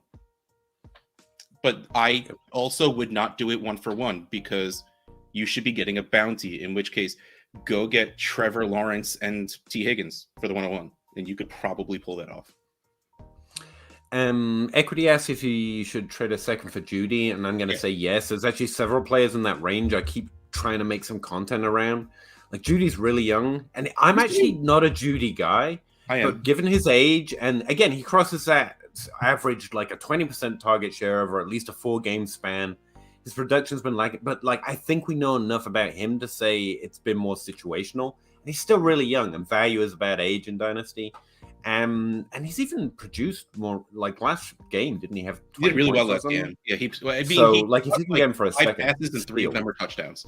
That's not going to happen very often. Like that's an absolute steal. That Judy's one of the guys in that range, which makes me tentative in my Bateman value because I like Bateman a lot. But there is Judy and there's Ayuk and there's Burks all in that range who are offering a little bit more upside, or provenness with Judy. And I really like that idea. Sorry, do it. You guys are amazing. Care about the chat. My favorite place to come and chat. Well, I really appreciate that, man. Thanks very much. We don't care about the chat. I think it's fun to say the chat like I'm a streamer, but you're just other Dynasty players. That's literally how we view ourselves. I think that's why we all get along. And we really appreciate talking to you all. It's just another fun way to do it. Hofspur, Superflex, start 2, Superflex QB scoring, SFB scoring, sorry. Tua, Fields, Purdy, White. Fields and Tua. SFB scoring, I don't know if I want to put Purdy in there. That's the completions. I mean, maybe White. Zach was really into his game this week. White's fairly safe in terms of completions, right? We've seen him turn into Nathan Peterman, so he scares me. Okay, 2 and Fields then. And Zach can charge his computer if he wants to say different. Yeah, I was about to say, yeah. If he wanted to have a word in this, he'd charge his computer. Yeah. And I'll have to do it. Nicholas, would you rather have DK and an early to mid 24 first or ETN and Cooper? Here's an idea for you guy trying to trade ETN, by the way. So easy. Yeah. This is very easily DK for me, yeah. Yeah, sorry, I thought we answered it. Yeah, it's the DK side. Trick Crown. I saw some concerns on Gibbs' size. Are you guys worried about this? I feel like running backs have been extremely accurately projected recently. In general, we actually do a fairly good job at ranking running backs. Again, there are misses. There's like Leonard Fournette over Christian McCaffrey, but both are still top 3 in their rookie class. Just looking at ADP. So, yeah, we're actually do pretty good at running back ranks. That's one of my more interesting things looking back over ADP. As far as size goes, I tend to underrate its legitimacy, especially at running back. Like we want Derrick Henry size, but like there's actually very few Derrick Henrys, whereas the LaShawn McCoys and the running backs are a little shorter, but they do have to be stocky. Draft is going to tell us a lot, and you can trust ADP a little bit more at running back. Like if we feel, and in the NFL, if we feel pretty confident with it, by the time the draft gets here, that'll probably answer your question better than I can randomly right now, having never looked at them or a stats. I am not concerned at the moment. Okay. As Zach's concerned, I'm probably not going to be concerned. Sean, Robinson, Gibbs, JSN, Addison, Johnson, and 2 QBs were my 7. Obviously, stud prospects, miss still. Yeah, again, that's my 2018 point. Looking back at the old miss rate scares me a little bit. I live with fear, Sean. Me and you, man. We just can't not forget missing sometimes. I take meds to help me. Push that down. And that's why I love trading for the proven players during this period. It's like I can get the ones I don't have to worry about. Interesting, you know? But sometimes you got to take the boat. And honestly, I do try and bolster myself. We do get some misses, but the only way to get Jamar Chase, the only way to get Justin Jefferson, the only way to get Saquon Barkley and Chris at their height for anything less than your firstborn is taking that risk. And that's a tempting upside when you really get down to it. That's really that's the point of rookie drafting, is to be able to say, I got this guy when. And then you trade him away. It's fine. Trick Crown also traded for Ayuk, which I think is actually a good value move lately. For a 24 first and Mooney, It's a little hot, but I don't mind it. He's going to finish top 24 in actual overall points this year instead of just points per game. Solid player, well-run team. I like Mooney as well, but he's older. And if Mooney didn't get hurt, I'd be so much more happy about this. But a 24 first plus for Ayuk, I think, is good value. Yeah, I think so. And I like the player on both sides, which is what's really selling it for me. Equity could go 10. That would be so And nice. Bijan Robinson in Arizona. That would be perfect. JJS, thanks guys. Sorry if it was redundant. It's never redundant, man. I'm only trying to move on quickly because we already lost Zach. I'll lose Russ at some point. There's just me, and I get really nervous. I just see how close to the bottom we are, and I'm holding strong. But yeah, I'm sorry to speak fast. I just wanted to let you know we talked about it a little. We said the same thing, but a little bit more at length. If you're interested earlier, if you wanted that. I mean, everybody who watches live goes back and listens from the beginning anyway. So I hope so, man. We need those watches. We need those hours. Come on, get it done. No, appreciate you, JJS. You're never redundant in my book. Trip Crown Equity. I traded a second for Elijah. I actually like the Elijah Moore trades a lot right now. Just like Elijah Moore, and I want him to do well, so I would trade a late second for Elijah Moore for the hell of it. I traded a second and a third from him a couple of weeks ago before he actually did anything good again. So I'm struggling in favor. But again, it's like I like Elijah Moore and Bateman, but again, there's Judy, there's Burks, there's other maybe in the Wide same range. 3 is a wonderful tier filled with a lot of very good players that they all can't be wide receiver 2s and 3s. But luckily, and what I think is good, is your league kind of gets to decide. You can send offers in all of them, see which one of your league managers is interested. And what happened a lot for me, I've got Elijah Moore a few places, have Bateman a few places. And unfortunately, if you've got one league, that's not open to you. But yeah, I think they're all worth investigating right now. It's the best part about being in a lot of leagues. Unfortunately, I'm actually not. I've got to add some at this point. I keep saying I'm in a lot, and I think I'm in like 5 at the moment, maybe 6. That's not enough, right? I'm not a degenerate at 6, which is the weird part. I lost one this offseason, and we lost a player in the DLF one, which makes me sad. Andy Ness, Herbert, and mid to late 23 first or Josh Allen. I would play to move up to Josh Allen. Yeah.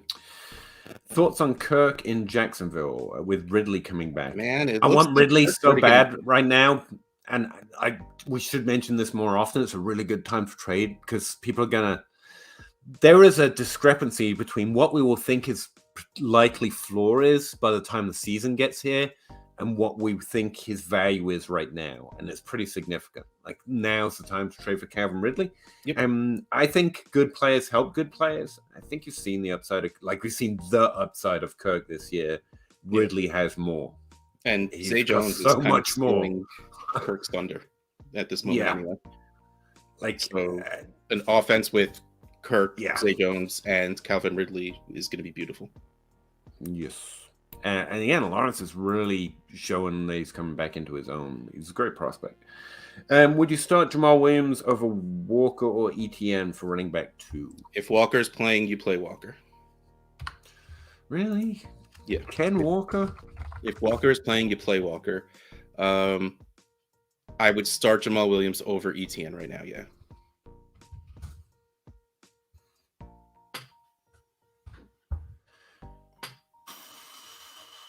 I have to disagree with you, Russ, which is weird. I gotta check these. I'm terrible at start sits, so you probably should be disagreeing with me. ETN, Jamal Williams, and Kenneth Walker is in 3rd place right now. San Those are my Francisco first run defense is very projections, but yeah, definitely I'd like. It's actually pretty good adjusted fantasy. That's where it is. Again, projections get better through the week, so hit me up on Twitter if you want to reevaluate it before the games. I don't mind to share. Equity loans. My hope for Moore is he's traded. Moore's hope for Moore is that he gets traded. That's fair. I'm hoping the team can just shift around him. If not, but they still just also don't know what they're doing at quarterback, so it doesn't matter. They don't know what they're doing just yet. Yeah. Hasbulla, Swift, ETN, Watson, Evans, Judy, pick 4. Okay, so this is a start sitting. All right, so if that's Christian Watson, I want to start Christian Watson, Jerry Jeudy, Mike Evans, and DeAndre Swift, not ETN. Okay, he did specify that it is Mike Evans and Christian Watson. Oh man, and next question is going to be my last one because I want to talk about this. All right. So we got plays here. 1, 2, 3, 4, 5. Yeah, Christian Watson is a sit. The other 4. I hate them. Like, if you want to do, all of my leagues are reverse record. If you want to do reverse potential points because it's worse, it's easier to handle than target, then it's easier to stop tanking when you use reverse potential points because it doesn't matter who you start. If they're on your team, it counts. Lottery doesn't help anybody. We had a guy who 0 wins, least points, and tanked the right way. Even if we did potential points, he would have had the 101. He ended up with the 106. He had the most names in the hat, and it didn't matter. He ended up with the 106. That doesn't help your league. That does nothing good for your league. The point of the rookie draft and the point of the worst teams getting the better picks is to make your bad teams better. The lottery doesn't do that. If you want to stop tanking, you do it a different way. First of all, you don't stop tanking. If teams want to lose, you let them lose. I don't care. But if you care that much about tanking, there's different ways to handle it. Lotteries don't help anyone. Because I get that odds are odds, but shit happens. I literally have the phrase, never tell me the odds, tattooed on my leg. Because it doesn't matter. Never tell me the odds. It's because you're a badass. Admit it. It's because it's Star Wars. That is the opposite of badass. Cole, come here. I know Ingram just tore up that matchup last week, but on projections this week, and that's why I stick to his commit right now, Hezbollah. But it's fair if you want to play the matchup yourself. You know, it's pretty annoying how many of my leagues, how my home league is, and the least potential points. What? That's how my home league is, and his home I had the league least does points. the lottery, and yeah, I hate. What's that? We're not on the same page. Sorry, it's normally Zach. I wanted to go. I want to leave.